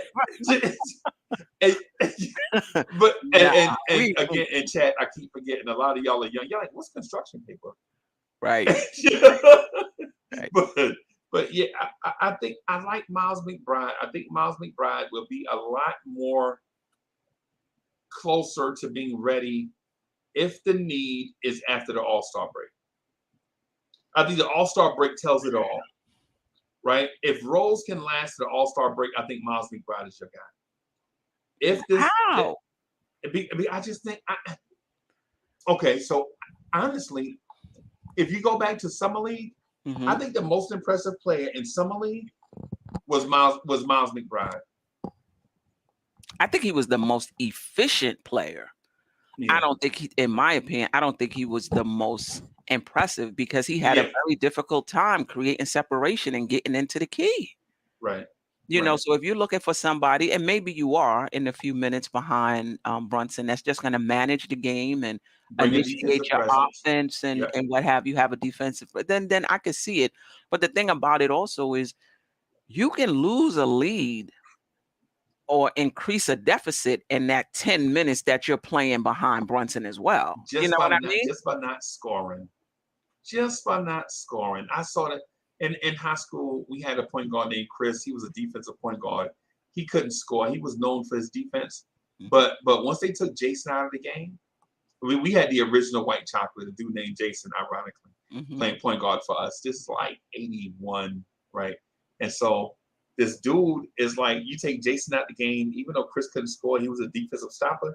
Teams would still build upon the lead because of the flow of the game. They didn't just run rough shot when Chris was out there, but since he couldn't match their scoring, that's what Miles McBride is, in my opinion. I don't think he's gonna. His shot is terrible. His free throws are poetic looking though. I think that his free throw stroke looks like a tutorial video, right? Yeah. But does that convert to 3-point shooting? No. I think his 3-point shooting was okay. You know, I think he's as long as you're not asking him to break down the defense and get other people involved. You know, I think he's so why is he so if he's not that, then why does he have a roster spot? Yeah. That's ultimately what I'm getting at is if the cat is not going to be anything in this year or next, why is he here? Yeah. You know what I mean? I would love it for the guys on the roster to actually do something. Wouldn't that be nice? Dudes with a roster spot actually contributing. Yeah, I mean, I think they're still trying to develop him. I mean, even coming out of West Virginia, he was known as a shooting guard in a point guard's body. I thought he was going to be Kyle Lowry in 4 years. I think he was going to take the same route as Kyle Lowry. He might. So yeah, but so it depends on the direction of the team, right? So if the direction of the team is make the playoffs, do you go out and bring these veterans in, knowing that they will take minutes away from the kids? Yeah, I mean, if you're trying to win, you play your best players. You know, if the person in front of you is better, they play. And then the person that you know, if it's a young person behind you, when they get their minutes, they come in and they make their contribution. You know, right. I just don't believe in. Now, if you're going the developmental route, you're not worrying about making the playoffs like a Detroit or Orlando, then absolutely. But you got to build your roster that way. You can't leave it on the coach to just not play the vets. You know, OKC, Detroit, they're not doing that. They got rid of them, so that all you have is young players. Right, and so they did it in a way that they're developing these young players in certain roles. So these kids go into the offseason knowing how to build their bodies because the upcoming season they know they're going to be in such and such role. Right, it's what the Knicks did with RJ Barrett last year. RJ Barrett came in too big. RJ Barrett looked like he's about 220. RJ's not you're not going to turn RJ Barrett into a Jimmy Butler, man. I'm sorry. Yeah. RJ Barrett is here. Yeah, RJ Barrett's probably going to be a jumbo guard. He's not going to be a small forward, man. Just because you're tall doesn't mean that you're, you know. But this is the thing, though. He's a shooting guard that can't shoot. Right. Like, I see him as more of a slasher, and traditionally, I know is positionless basketball now, but traditionally your non-shooters played the three. the Right. slashing position. That's his game at Right. this point. Right. But you know, we'll see. But when RJ Barrett gets in shape, right? When RJ Barrett is in shape and healthy, he's proven to the league that he can go on stretches where he can carry a franchise. Right? He just How long can. is a stretch? When you say stretch, like a stretch in a game or stretches of games? In February, he averaged 29 points a game. 28 and a half, 29, whatever. Right? What was our record though? Because when you talk about carrying, 0 and 8. thank you. Like when you talk about carrying a franchise, Right. we winning games. Right, but our overall record was 2 and something, so it wasn't just RJ. Everybody was bad. Absolutely, Everybody was bad.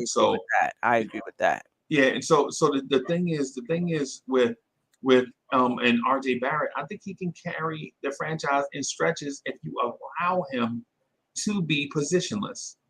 Like instead of saying, "Hey RJ, get up to 225, you're going to be guarding Kawhi Leonard all year." I don't think that's his role. I think that's Cam Reddish's role, right? Cam Reddish is 6'8", 218 naturally. Mm-hmm. Just wake up out the bed that way. Do a couple of push-ups, he that size, right? I think that's what you should ask Cam Reddish to do, right? And honestly, I think Cam Reddish will thrive in that role. I think Cam Reddish is the guy that. Well, let me ask you this: what do you think about Cam Reddish? I think he probably has the highest ceiling on the team, but what does that mean if you're not approaching it? Highest ceiling of what though? Are you saying like the physical skills or the basketball skills? Basketball. Okay. Yeah. Well, he has some flaws though. I think he has to get better in terms of his shooting. He's terrible. Yeah.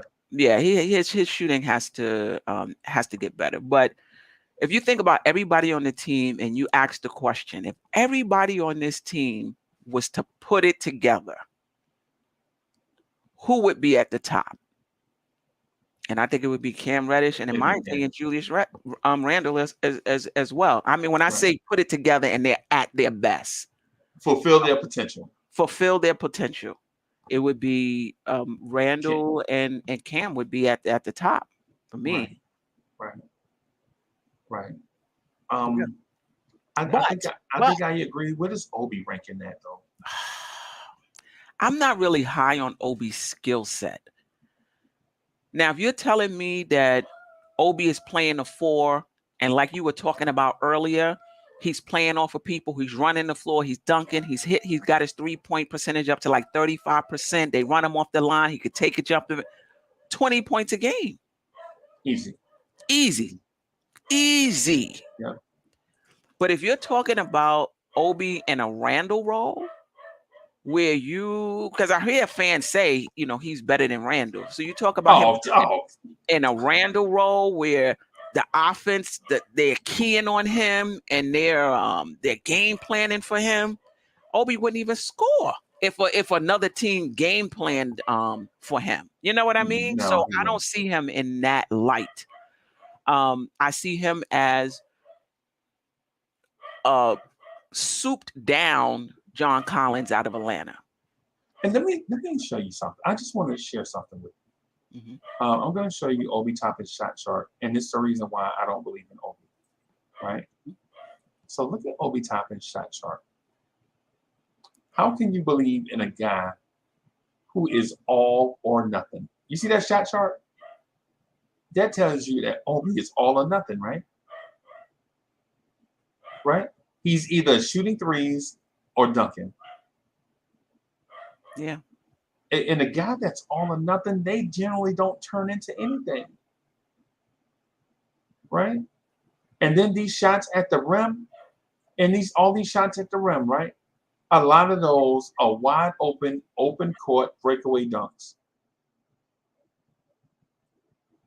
Right? And then the other shots, the other clumps that you see are corner threes.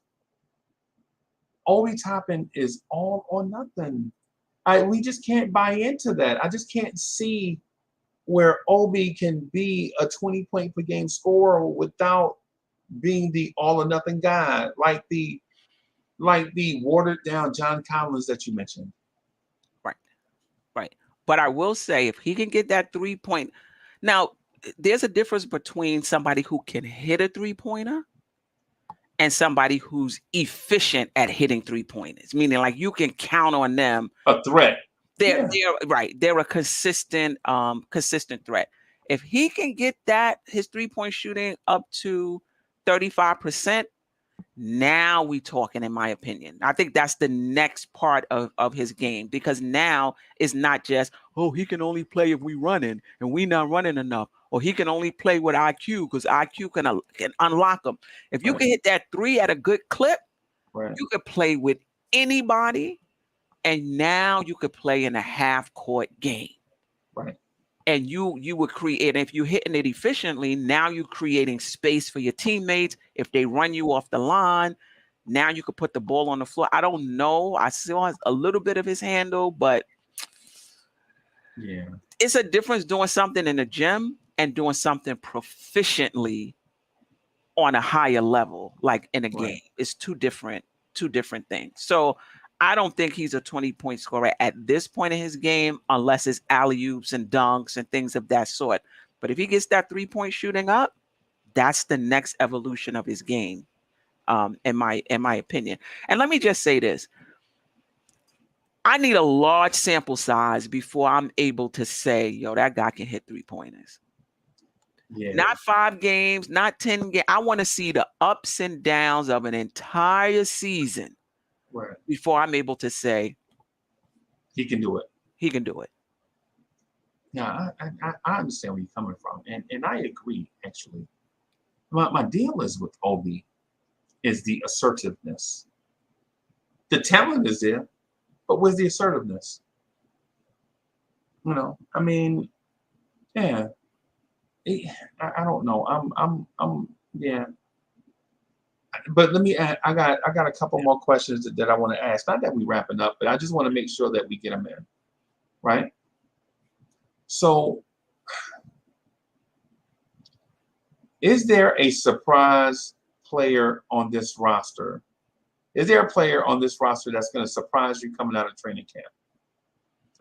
Somebody that's going to take an exponential step in their development. Do you see a player on that roster, on the Knicks roster so far? I do. I see 2 that I would bet on. Okay. I think they'll all get better, but you're talking about a big league. A big step. Like say a shooting guard that's a ham sandwich goes from being Frank Ntilikina to an NBA starter, something like that. That was my pick. Grimes was he was my pick. But I think RJ Barrett is going to take another step as well. A big one. So those would be my 2. Now Obi's going to be better. IQ is going to be better, but I think RJ and Grimes are going to take the biggest steps this season. Okay. Who's your picks? It's going to make you laugh. I think that, okay. So I think RJ is going to take a gradual step, right? I think RJ is the step-by-step guy. I don't think, because of genetics, I don't think RJ Barrett is going to be the quantum leap guy. Right. Step by step. Yeah. So I think he's going to get better and better and better over the years. I think the 2 dudes that you're going to see take this quantum leap is Cam Reddish and Emmanuel Quickly. Okay. And here's why. Quentin Grimes is doing all the stuff that you need him to do. The only thing is his shot is not falling. Right? If Quentin Grimes' shot was falling, we would not be having any of these conversations. Like so Quentin Grimes shot 38% and 34% from 3. If Quentin Grimes was 42% and 38% from 3, out of here. Right? Right? Cam Reddish, however, has all these locks on his talent. Right? Cam Reddish is a terrible passer. And I don't mean that he can't pass. I'm saying his willingness to pass. Like, Queen, If you ever played with a guard that begs you for the ball after you got the rebound, you fought 3 people for a rebound and the guard in your face clapping, come on, come on, come on, come on, come on. And they get the ball and outrace you down the court and they jack up a shot and miss. And the other team go get a layup and then they point at you, where was you at? Why you ain't stopped them at the rim? And you, what? That's Cam Reddish right now. Right. But do you think he's pushing? Do you think he was pressing, though, in his limited minutes, trying to show, you know, that he can play? Okay. Yes, because I think Cam Reddish thinks he's a star and he is not concerned with winning. And there's 2 different things. There are mindsets.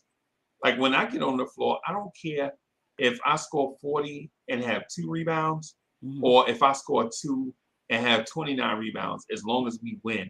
Right. I want to win. I want to win. I don't care about nothing else. What drives me is success. Right. Right. Like, and I know everybody is different. Like, for instance, I have a fear of losing that drives me towards success. Not stardom. I don't want to fail. Right. So that drives me to success. Right. But then there are others that are driven to success by their own stardom. And I think that's Cam Reddish. Cam Reddish sees himself, in my opinion, big sneaker deals, you know what I'm saying? Best player in the league, Tracy McGrady, all these comps that we heap on Cam. I think Cam has heard these already. Right. I think he heard these his whole career. Right? And then you look at his assist percentage over the course of his career. It's in the single digits. Yeah. You remember the year Allen Iverson rookie year where they say he wouldn't pass? Allen Iverson's assist percentage that year was 25%. And they said he wouldn't pass, and he was passing all over the place. Now think about Cam Reddish, a dude that's shooting 38% from the floor, and his assist percentage is 7. Wow. Cam Reddish is a terribly selfish player. He's a terribly selfish player. In order for him to get better, how can you shoot 38% from the floor and your assist percentage be 7? You remember when Michael Jordan, they used to call it Michael in the Jordanaires, when they used to be like Mike is by himself? Mike's assist percentage was 33. Wow. Cam Reddish's assist percentage is 7. So when you look at guys like that, Cam Reddish has to embrace the fact that he's playing a team game and embrace winning. Pass that ball to other people. Give other people a look. Wow. You know what I'm saying? Stop being selfish. Be a team player. Once Cam Reddish embraces the total team concept, I think Cam Reddish can be a star in this league. Be that guy that you mentioned.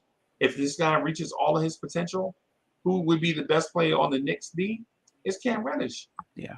If Cam Reddish passes the ball, if Cam Reddish does the little screens for others, if Cam Reddish offensive rebounds, you know what his best NBA talent is right now? What's that? His steal percentage. On-ball steal percentage. Yeah. Yeah. It's 2.8 out of 100 possessions. Cam Reddish is going to get 2.8 steals out of 100 possessions, right? That means if he plays a whole game, he's going to get 2.8 steals. But Cam Reddish likes to shoot. So if you have a talent in one area, why not play to that talent and then build up the rest of your game as you go? Yeah. Cam, he won't do that. Cam is one of those guys. I got a pit bull puppy in here that like to chew on furniture. That's why I'm constantly looking around. Like if he in there chewing on that chair, I swear I'm gonna lose it. But anyway, if Cam Reddish plays a more unselfish game, trust his teammates so that his teammates can trust him in return, I think you'll see his unlocking is easy. Right. All Cam Reddish has to do is play team basketball. He does the other stuff, like he hits his free throws. Right. Very you know what I'm saying? Yeah. He just has to do the he's got to finish better at the rim. He's got to shoot better. Stop forcing shots. Stop looking to be a scoring machine. Right? And just play team basketball. Right. And Emmanuel quickly has to do the same. Emmanuel Quickly's assist with. Do you think Emmanuel Quickly's a ball hog? That's a good question. Maybe I don't. That's a very good question. I'm gonna say no, but this is what I will say: if he's not passing the ball, it's not because he's trying to be selfish. He just really believes in, like, his confidence is too high. His confidence is just too high. He just feel like I can make this. Right. You know, what is his assist percentage? I think it's 23. Okay. And his true shooting is over 54 for his career, which is good for a volume shooter. It's not great. It's good. It's okay. You can live with it.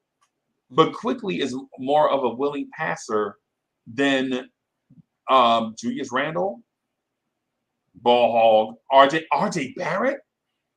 RJ Barrett is a ball hog, right? RJ Barrett has, for all the guys that are in the top 30 in usage rate, RJ Barrett has the lowest usage percentage. Like the top 30 people in the NBA in usage rate, RJ Barrett is 28th, right? But he's 30th in assist percentage. RJ Barrett don't pass the ball. He don't. He feel like when he get it, he got it. RJ Barrett. I'm sorry. Yeah, then he got to put it up. He feel like he got to eat it. Or he feel like he got to take care of it. He feel like it's attached to RJ. You can pass it. You'll get it back eventually. You know what I'm saying? But if you think RJ Barrett is a ball hog, Cam Reddish is twice as bad. RJ Barrett's assist percentage is 14. Cam Reddish's is half that.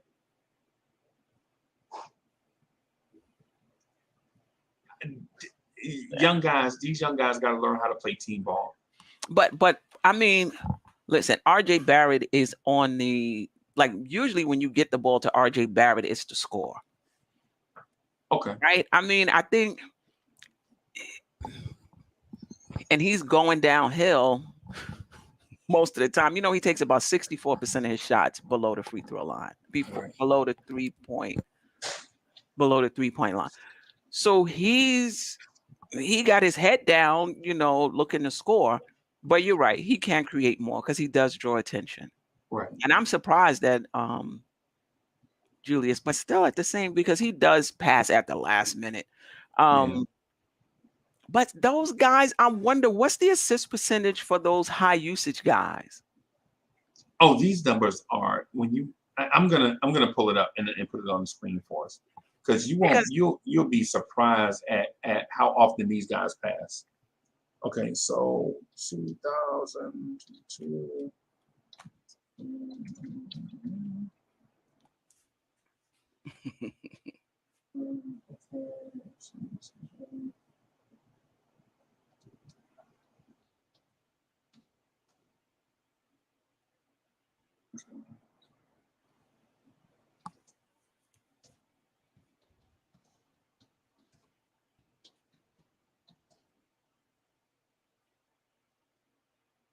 All right, stat news. You don't want to cooperate. Okay.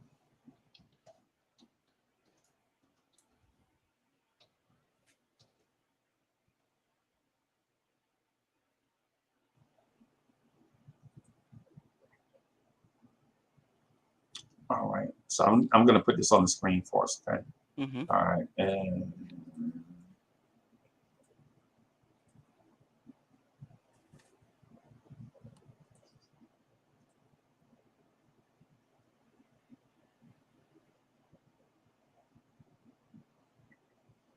that is very small, right?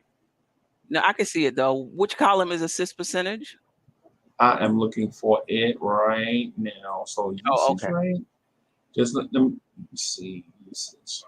I might have to slide it over.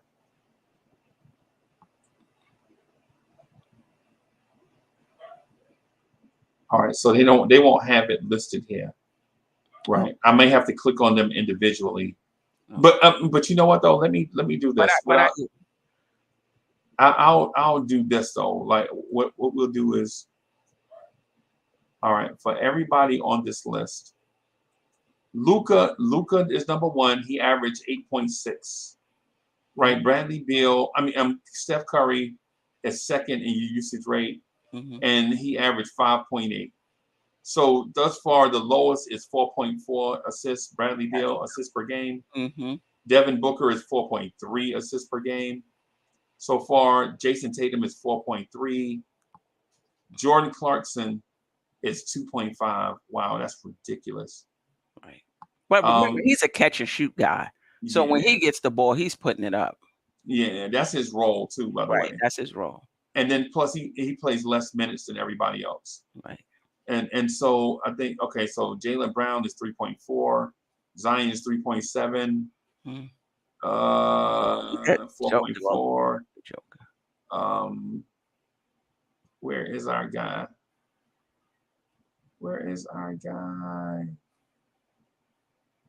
Our guy was here. Julius Randle here is.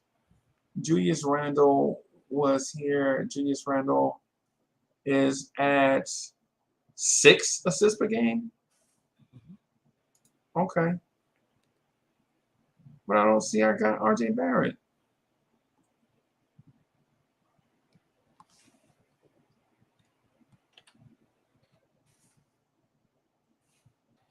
Okay, wait a minute. Let me do.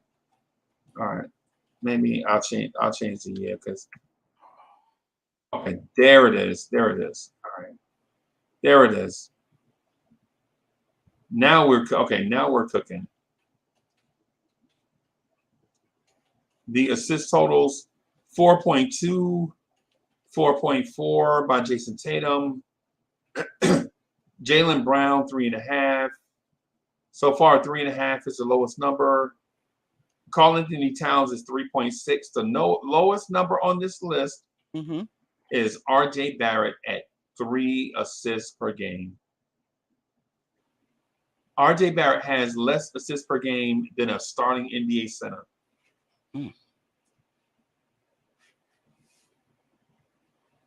Yeah. Well, that's definitely something to work on coming into this season. That's something. Yeah, sure. I think that's a. I'm gonna copy this and put it in. I'm just gonna put it here so that others can see what it is that we're looking at. Hey everybody! So I put this in the chat if you want to click on it and go check it out yourself.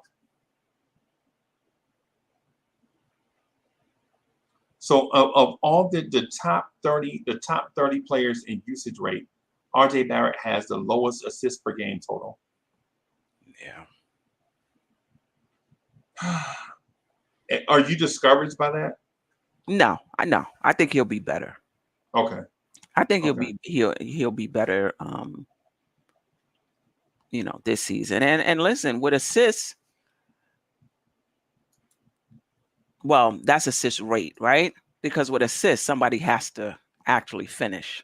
Yeah, and assist rate is calculated by 100 possessions per game. Okay. So it's just the number of assists per, blah, blah, blah. Right.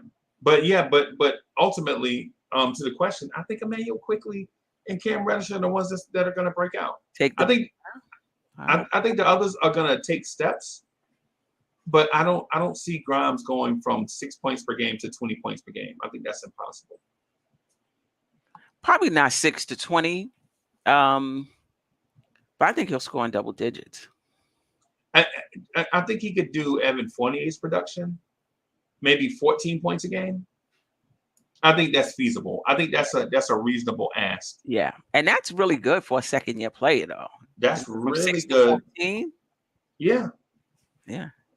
I think that's really, really good. I think, what more can you ask? Hey, man, just double your point total from the previous year. I think that's a reasonable ask. With more shots and with more shots come more responsibility, or whatever, however you want to say it.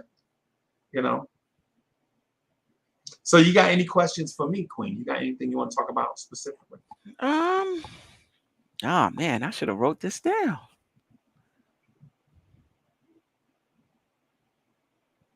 All right. So do you think with the front office recently, Donovan Mitchell, RJ's contract, and even before that, are you comfortable with them? If this was the last year of their contract, would you extend them? No. No, I'm not. No, I'm not comfortable. Yeah. With this front office.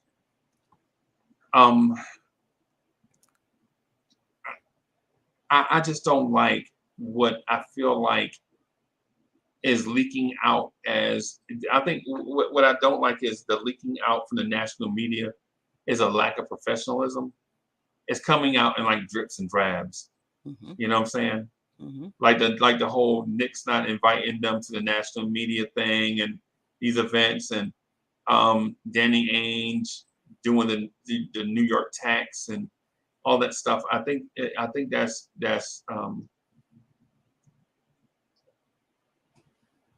disheartening. Right. Am I frustrated with Tom Thibodeau right now? Yes.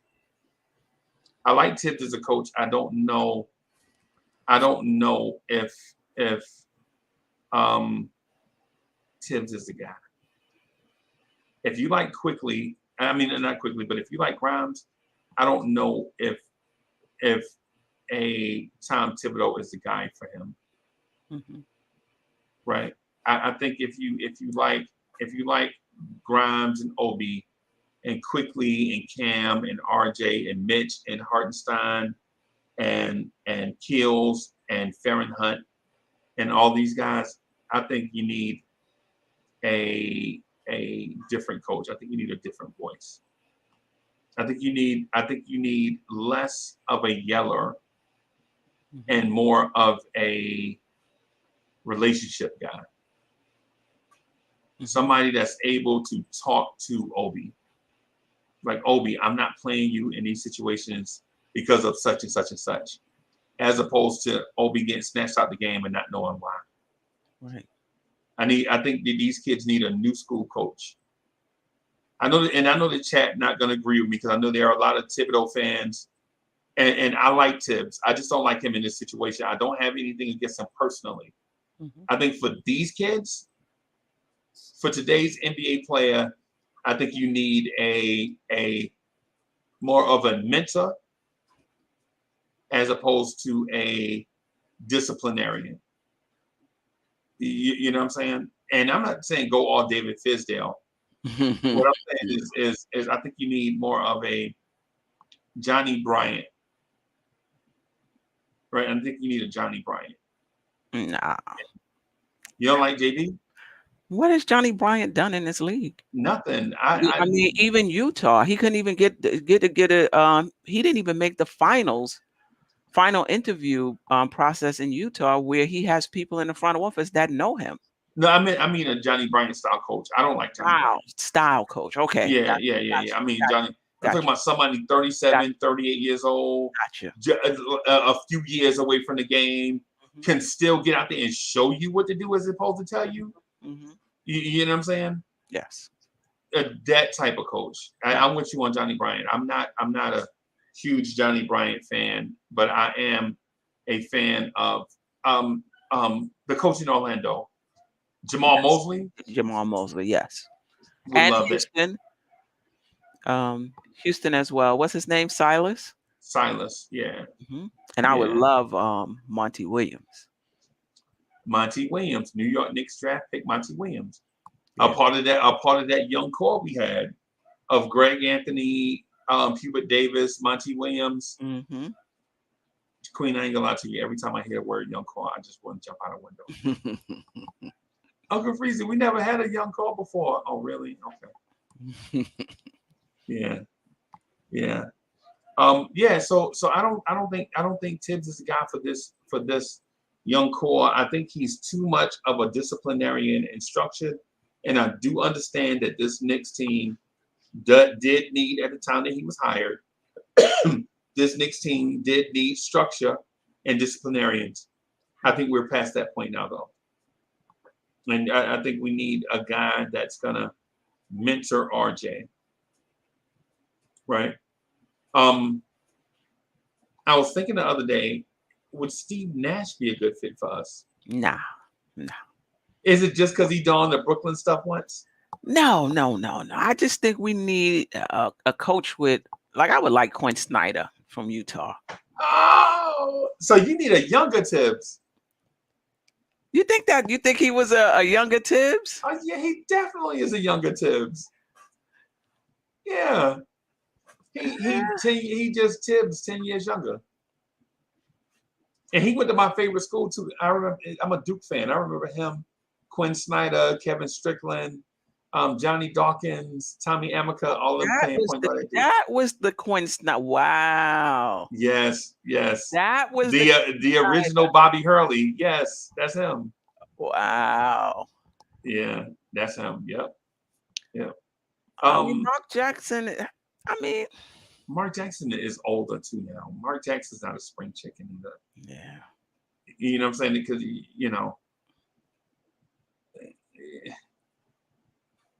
I would just. I mentioned the other day, and I made people laugh. People laughed at me for like an hour, Queen. It kind of hurt my feelings. But I told them I would entertain the thought of bringing in Pablo Prigioni as a coach. Yes. Wow. Yeah, it's not like he don't have experience. That's true. He's been a Brooklyn assistant. He's been, you know what? You know who hired him, right? Gerson Rosas hired him in Minnesota. Right. They have a working relationship. Right. Pablo Prigioni has an outstanding coaching experience, right? And unlike Johnny Bryant, Pablo Prigioni has done it at the highest level for this team. Pablo Prigioni has been a rookie for this team. He's been here. He's been through the transitions and all that stuff. You know what I'm saying? Yeah. I also mentioned Jerry Stackhouse, right? Former University of North Carolina standout. I know we won't be able to get Hubert Davis because Hubert Davis has one of the sweetest jobs in the country. Right. But you may be able to get Jerry Stackhouse. Yeah. Yeah, it's just something to think about. Like, how young are you willing to go? For a coach? Yeah. 30s. And if there's a coach in his 30s, 34, 30, why not? How old is Mosley? How old is those guys? Are not old guys at all. I think those guys are in their 40s, maybe in like their early 40s? 40s. Really? Early 40s. Yeah. Wow. Yeah. I thought they would. Sam Cassell would be an option. I know Sam Cassell is a little bit older. I would even, if I go the old route, if I go the old fogey route, if I go get the old man, if I gotta go get the old man, the first thing I'm thinking is Pat Ewing. And I know what people are gonna say. Mm-hmm. Pat Ewing can't coach. Look at what he did at Georgetown. Blah, all these different things. I don't even look at it as that because I don't think the game. Oh, somebody mentioned Penny Hardaway. Penny Hardaway. Will Hardy is 34. Yeah, Will Hardy. In Utah. Yeah. Taylor Jenkins, Memphis, 37. Willie Green is 40. Yeah, these guys are young. JB Bickerstaff is 43. Yeah. And our coach is 64, and we're winning 37 games a year. But it's not all his fault now. It's not. Rick Carlisle, 62. Steve Clifford is back. He's 60. Yeah. Dwayne Casey is 65. Wow. I didn't know that. Who is 65? Dwayne Casey, Detroit. Yeah, Dwayne Casey is an old man. Wow. Right. Lionel Hollins. I thought Lionel Hollins was the perfect fit, but Lionel Hollins is like 72. Yeah. I like the thought of Pat Ewing coming back to the Garden. I'm not saying he's going to be a perfect fit, but clearly we are in some type of transition phase.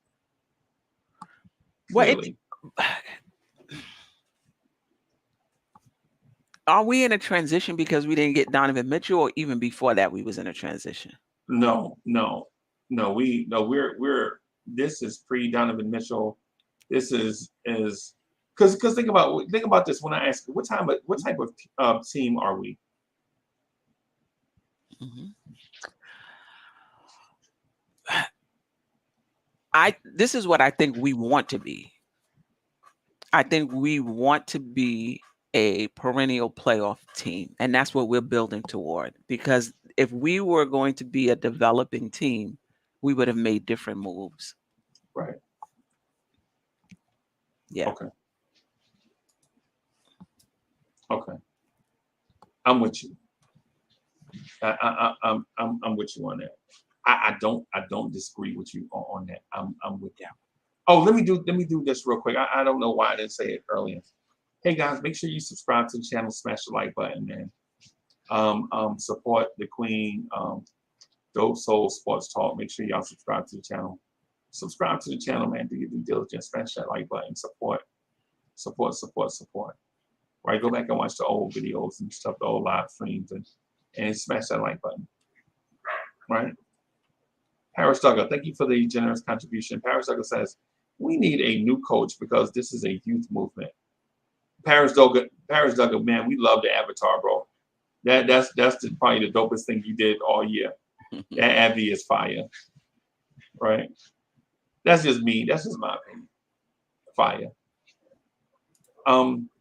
Queen, you think we need a new voice for these kids? Is that listen, we keep focusing on the kids. The Knicks are not focusing on the kids.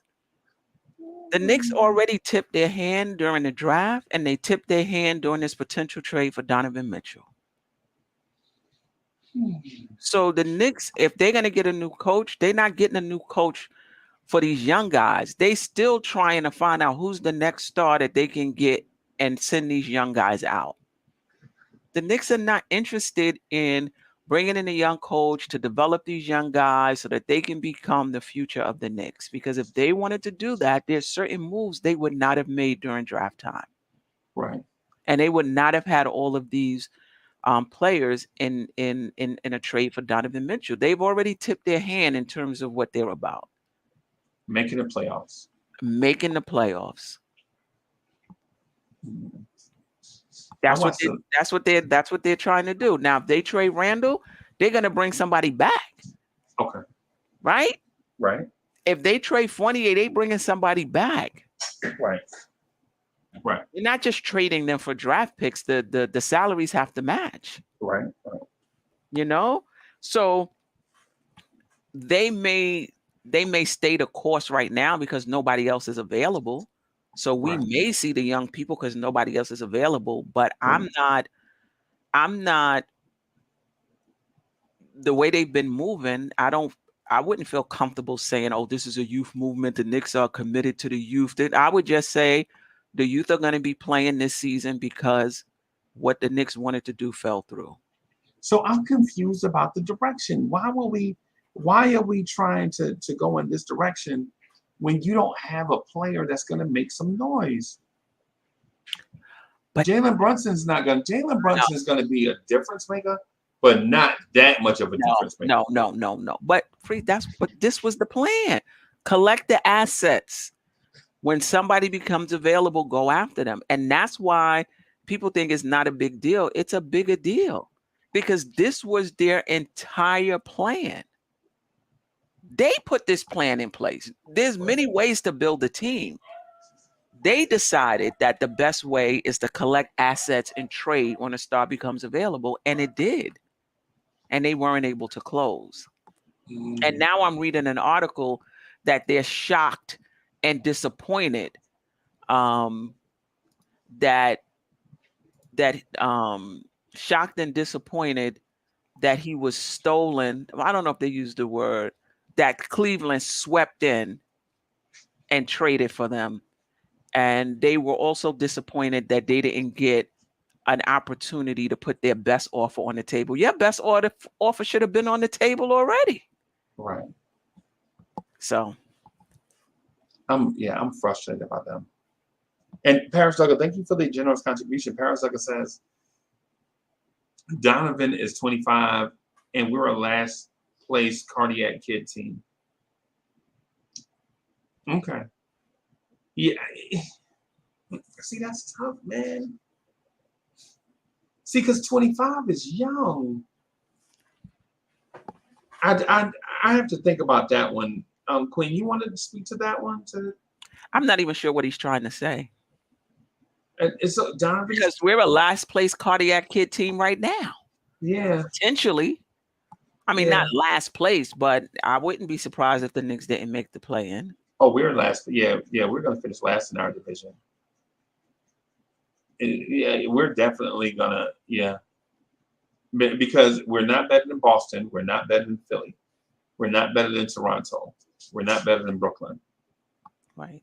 So we're going to finish last in our division at least. Yeah. I mean, I don't know. I think this is tough. Yeah. This is tough, man. And again, when I'm thinking about Donovan Mitchell, I get it. Some fans are thinking about next year. We're not going to be better next year. I'm thinking long-term, changing the trajectory of the franchise. I'm not thinking about just next year. Right. All right. I don't know. The whole thing is perplexing to me.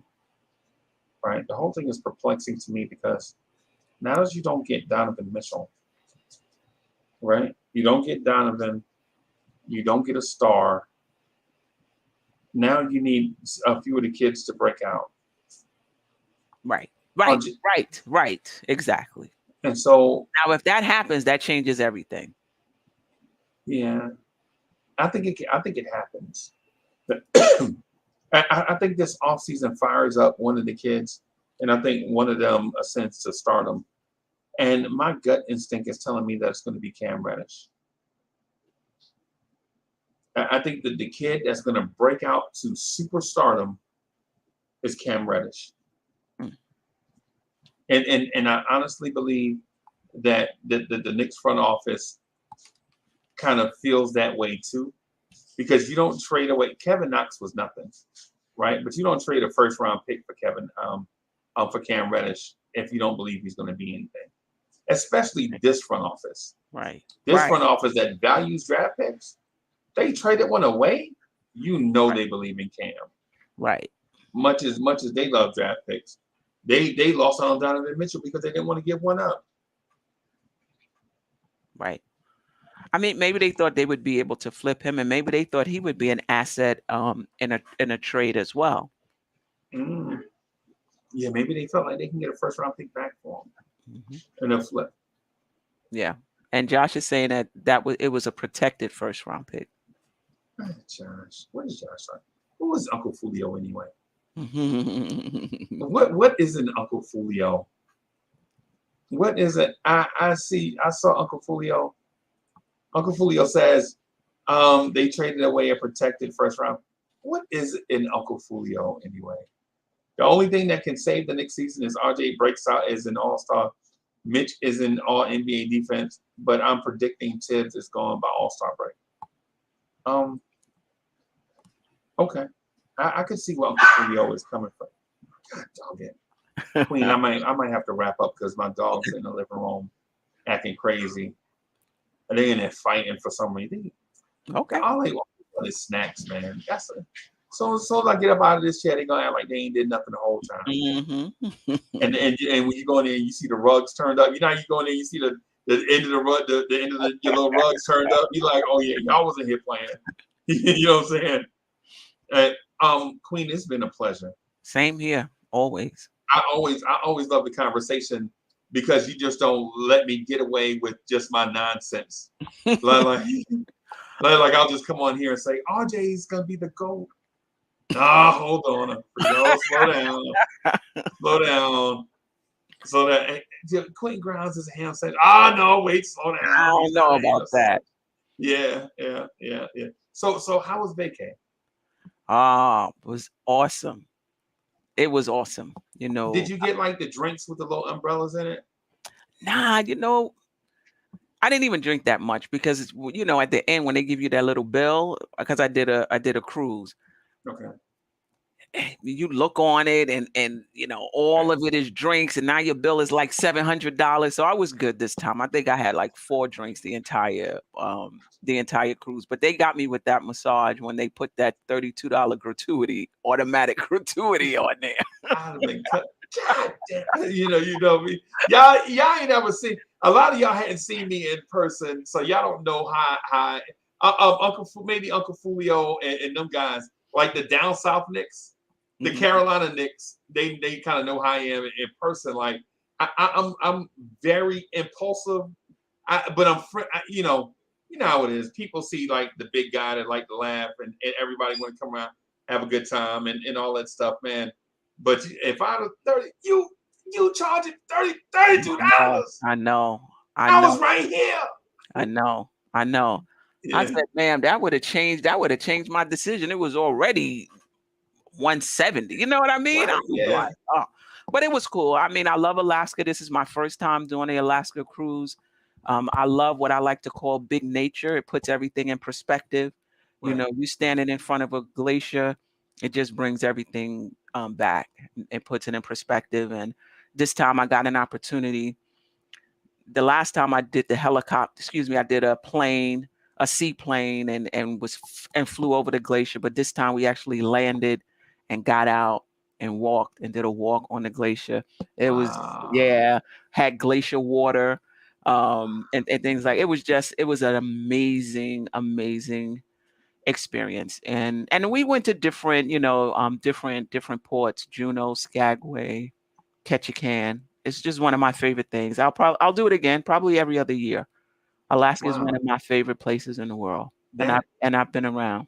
Yeah, that sounds nice, but Knicks Universe is not going to allow you to take time off. You know what I'm saying? Knicks Universe is like, she got her ass out there looking at ice, and we talk about Tom Thibodeau rotations. And she got her rump out there drinking ice water. She can't get ice water from Brooklyn. I know. And I got a 2-week trip planned after Thanksgiving in Ghana, Africa. Okay. And I'm trying to figure out, I think it's I want to say 6-hour time. I gotta check 6-hour time difference, but I still want to do my post-game morning show. So I'm gonna figure it out. In Ghana. Man, if you don't just go relax and lay up on some table and let people take care of you, man. Trust me, Tom Thibodeau rotations are going to be exactly the same when you get back. Trust me, ain't nothing changing. Nothing is going to change. Trust. And the reason why I say that is I think I've been through this thing before with Tibbs. No matter what the league is doing, Tom Thibodeau rotations are exactly the same. Yeah. Once he gets his 10, once he gets his 10 players, it's locked. That's it. It's gonna take a lot to change it. That's it. So you got to get in that in training camp. Training camp. If you don't break that rotation in training camp, you may as well. It's a wrap. If you're the 12th guy, you be like, yo, I don't need a uniform tonight. Yeah, but listen, they did the same thing with the summer league team. Did you notice that? I'm like, they got a tight rotation in summer league. Some of these guys didn't even play. And no matter what the flow of the game was, they kept the same rotation. Yeah, you notice that? Yeah, Portland jumped out on us. Like Portland jumped out on. We gave our best punch to Portland in the first game, right? And then we kept the same rotation, and the Portland coach was like, "Oh, this is easy. They're gonna bring in 20. They're gonna bring in Micah, and we gonna bring in a small guy, and we gonna run the doors off them." And that's what they did. Every time they brought in Micah Potter, the Portland already had their small guy at the table, predicting it, and they just ran the doors off us. Thank you, Tibbs. Thank you, Tom Thibodeau. Hey, everybody, I'm gonna get out of here so I can separate my old dog from the young dog. So I have a 6-month-old pit bull puppy that's growing he's like 55, 60 pounds right now, right? And then I have an old pug, old pug / English bulldog looking. He's a mutt. We still guessing. We say it's like Uncle Freezie. Like people walk up to me and ask, Queen, why do people walk up to me all the time and ask me if I'm Samoan? Oh, really? Well, You look just like you. Are you Samoan? No, I'm black. Right? It's wild. Some of the Samoans,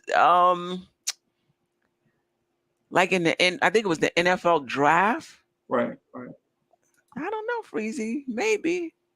I don't, but yeah, maybe. Maybe. I think the tattoos is what give it away. Okay. I think that if people see a big light skinned dude with tattoos, you got to be Samoan. I'm black. I'm black. I think my people from Nigeria or somewhere. Something like that. We black, man. But anyway, Queen, I'm glad you had a great vacation. Yes. Right? It was awesome. Just for the record, Knicks Universe is not going to allow you to take a vacation during the season because they want to hear your breakdown of why Tom Thibodeau didn't make an adjustment in the third quarter of a blowout game. Yeah. Trust me, I know. I get DM'd about that. Really? Yes. Yeah. It's going to be a lot of tips, questions. It's going to be a lot of... Listen, if we win, it's going to be great. If we start losing, I don't want to hear no complaints because a good part of the fan base didn't want Donovan Mitchell and wanted to, stick with the kids. So here we go. Yeah. Here we go. Play the kids. Play the kids. Thank you everybody for checking in with us. Absolutely. And hanging out with us. Appreciate you. What time is it? It's 9:51. So I'm probably gonna do the Nick at Night podcast in about an hour and a half. Probably do that for 3 hours, y'all. Y'all know how we ride. Wow. It's grinding all the time. It's grind time. So I'm gonna go in and separate these babies. Like all my adults are gone. So now I have like a 12-year-old mutt and a 6-month-old pedigree, and they just fight all the time. It's like an episode of that TV show, Who's the Boss? Yeah. And you know what? And then as soon as I said it, I'm like, people don't even know what that is. They don't even remember that show, Who's the Boss? But anyway, it's like an episode of Who's the Boss. So anyway, Queen, thank you for rocking with me. I appreciate you. Of course. Everybody, thank y'all again for all your support on both channels. Make sure y'all subscribe to both. Smash the like button on both. And we appreciate the fact that y'all came out and hang out with us. We'll probably see y'all next Friday around the same time. So bring all y'all questions. Gather up all your questions during the week. Hit us up with all your questions. We'll try to address what we can. For those of y'all that I won't see tonight, man, y'all have a peaceful night.